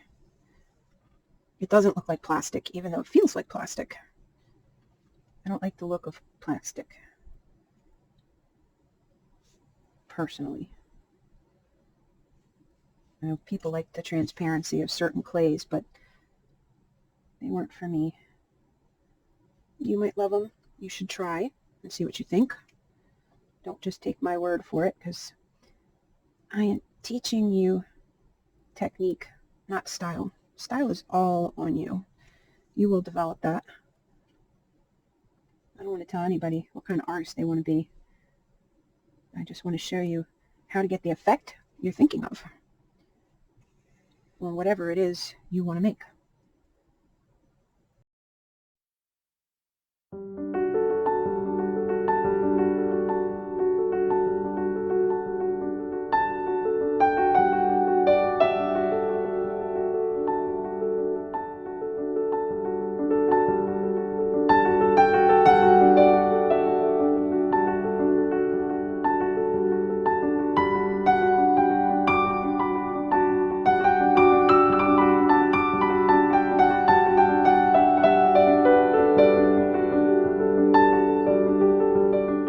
I can show you the technique.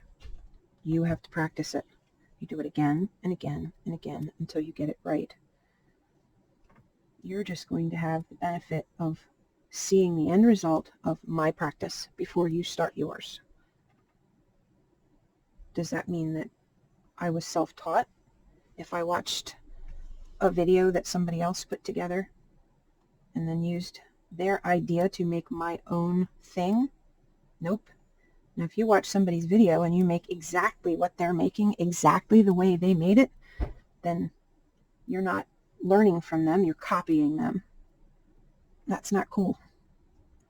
That is not how I believe things should be done, ever. I said I don't encourage anybody to copy what someone else is doing. You want to learn their technique? That's the whole point. Learn how to do it, but then infuse your own style into it.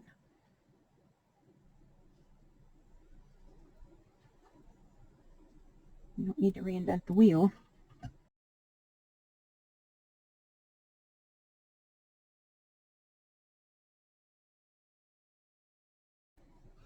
Okay, so this is the point where glue comes into play again. So I'm going to pull this fabric out of the way for the moment. Come in here and put in a large amount of glue right in this little groove that I made for that purpose. Probably more glue than I need, if only because I know that makes it dry slower, and I'm going to need to reposition this at least 1 or 2 times. Okay, grab my little tool here and push this fabric up into that groove and into that glue. I'm pulling it and turning it under like I did at the neck because I want to make sure that enough of that fabric is grabbing into that glue that it will not come out with just simple repositioning.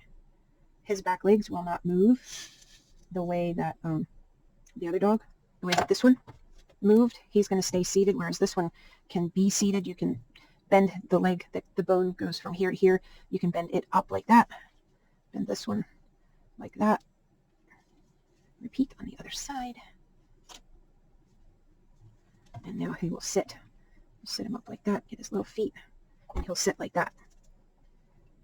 And the bigger you make this, the better they pose. Try to keep him clean. Sitting back one something. Okay, here we go again. This one's back legs will not change. They're permanently seated. I'm going to go ahead and, I don't want to come across the butt yet, but I have to wait for that glue to dry. All right, let me think this one through. All right, I need to get rid of this little ear here, this little triangle-y piece. Okay, I think I'm going to grab a little bit of this here and pull this over to here. Just close that gap better. Right there on the corner. So it doesn't pull open and expose his little tum-tum. Or his inner workings, actually, in that spot. Okay. Oops. Loose thread. There we go. Okay, so now this is going to get turned up here. And I'm going to put glue in here, like this. I was going to tuck it deep down in, but I don't like how that looks, so I'm going to give it some on this upper section here. Oopsie, I didn't hit the camera that time at least. So I'm going to turn this over like this and bring it into the glue right on the edge because I want that fur to stay loose through here. Okay, yep, that's pretty good. Bring it around and too much of that there. A little more glue. Bring it through the butt area here. Turn it under and glue it right on in there like that. I don't want it too tight. I don't want it too loose. Oopsie. Yeah, be careful of doing what I just did. You get the glue on your finger, and then the next thing you know, it's all over the fur. It's hard to remove it. You can take a little bit of acetone on a Q-tip, depending on your fabric, and you can wipe the surface of where the glue got on it, and then rough up the plush and stand it back up. That will help get the glue back off. Oh yeah, I like the little wrinkly butt. That's cute. I'm probably going to fold that under a little on the other side and tighten that up just a hair. I'm going to put the curly little tail right about there. Okay, that gives me some room to work with. And when I pull the tail in, it'll pull some of that fabric back. Okay, so I'm going to cross this and tie a knot here because I'm pretty much done with everything on this side. And cross this over to the other side. And 1, 2, 3. Okay, down you go. Nope, tie a knot. There you go.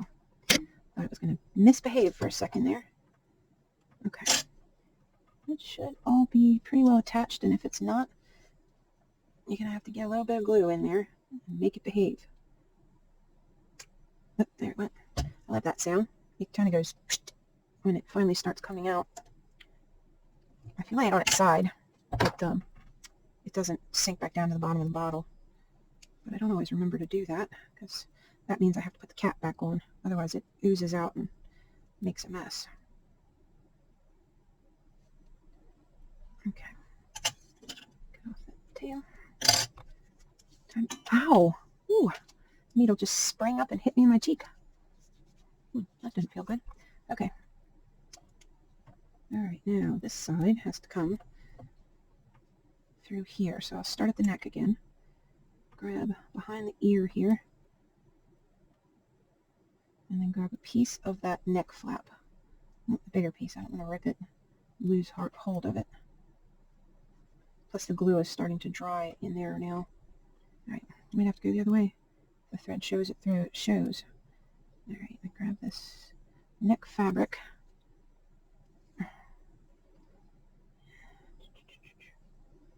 I'm gonna, if I can see to do it, grab that loop. That way it'll pull tight without me having to keep doing what I'm doing. Alright, good and tight. Grab a piece from this part of it and grab the shoulder again. Piece from this part up into the shoulder again. Again, over here a little more. And I'm just, uh-oh. Boy, that made a mess, didn't it? Uh-oh. Just go slow. There it is. There's the snarl. All the way down in there. Okay. Just get your finger in there and unsnarl it. Little seesaw back and forth again. So it's the only problem with using a really long piece of thread is it likes to do stuff like that. Okay, so I'm coming under this armpit again. Just stitching this to that.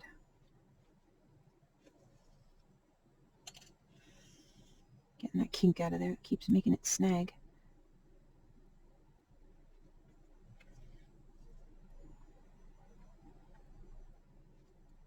I'm going to make sure there's enough room in here that if somebody wants to raise his paw up like he's waving to somebody like that, lift that foot up, that it can do that, because it will bend and he will hold his little foot up.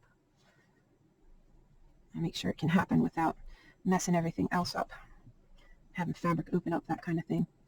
Okay. Stitch right on around. Grab.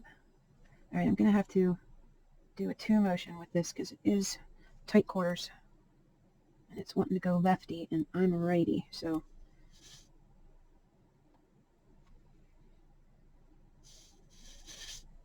pick up one side and then the other.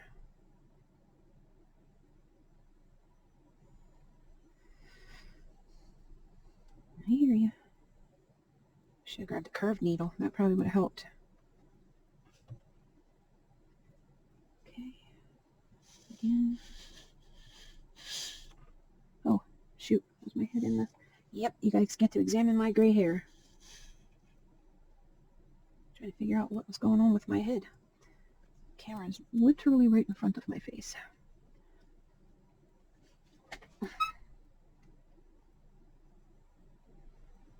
Alright, I need to pull this in tighter. Let's come over to there. There we go. That'll do. So here, my line is over here, which means my line over here also needs to be up there more.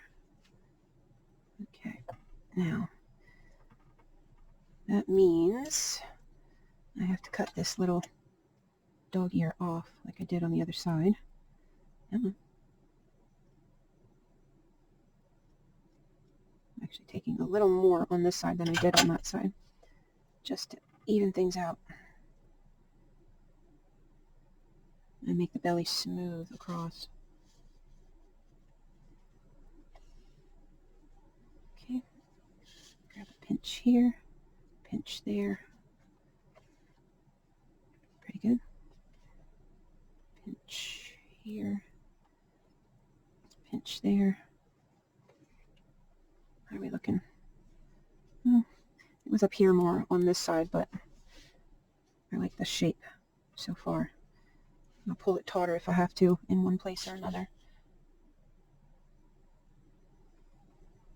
Come on. Just want to bite, not the whole loaf. That's good. Okay. Now, this is going to be a wicked little corner. Like before, I'm going to have to sew that a few times to get it to close up. Take a few little nibbles here in the same spot.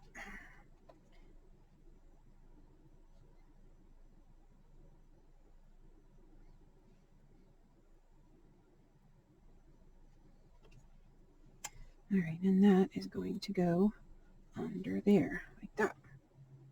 Yep, and I'll go around like that. This will turn under and go under here and over there. Move right along. Okay. Twist like that. You're going to come back here. And these are looking battissimo. And you'll come up here. I have too much fabric. I want a wrinkly butt, but not that. Not shaped like that. Well, maybe. We'll see. That tucked in there. Little puckery buddy. But I still don't know if this is a boy or girl dog. I think it's a boy dog, so maybe I'll sew a little sew a little boy dog. Okay. Alright, now pull that back out of the way. Come in with my glue. Get out of the way.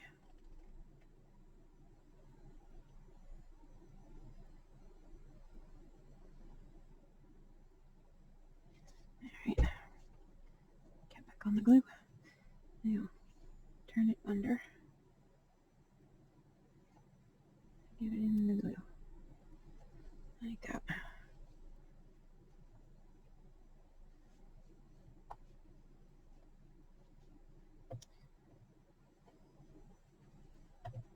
So, I'm going to do one more glue pucker on this buttock area here.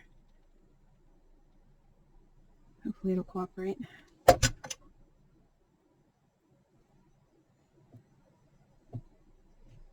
Yeah, that'll do. I still have too much fabric on this side, so that's good. Another little pucker right there will do just fine. Same right there.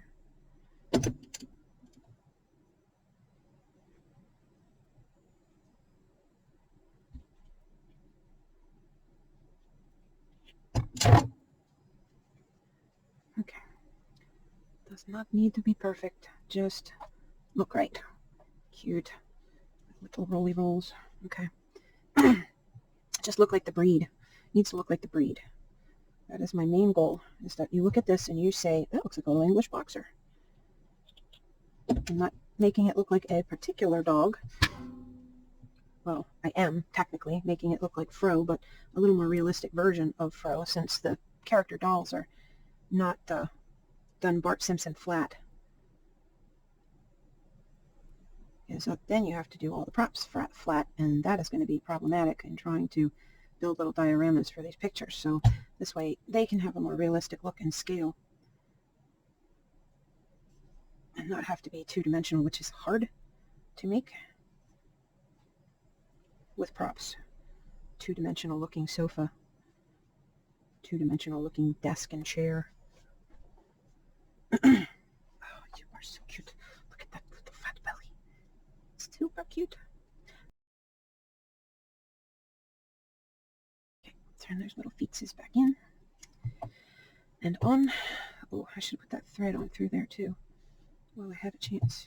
Oh, it worked. Okay, so now to sort out this little butt gather area, I think I'm going to turn this under quite a bit back here so that I can bring these two together. I'm going to take off the corner on this side and on this side. I might even go a little more on here. All right. Pretty close. Okay. A little bit more off all the way around. I want that to get kind of taut. All right. Let's see. Yep, that'll work. Okay, so I'm going to glue. Am I going to glue? No, I'm not going to glue. I'm going to glue after. Just because I don't want to restrict the fabric while I'm trying to get these two sides to meet up. All right, and I'm just going to grab some from this side. Come on. Let go. Let go of the toesy. And then grab some from this side. Bring them together. Tuck it under. Grab from here. Grab from there. Pull it together.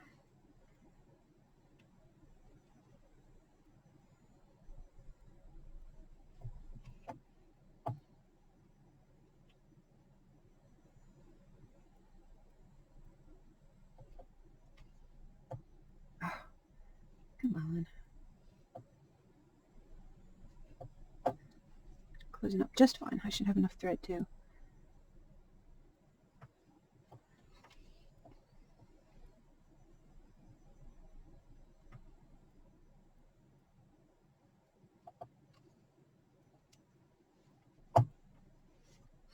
What other material could you do that? Bump their little face on your table with no worries of damage. LindaE Cosclay.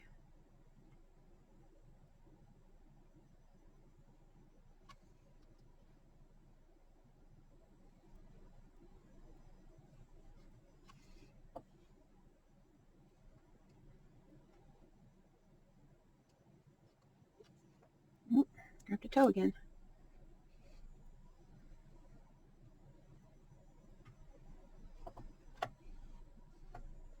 Last stitch.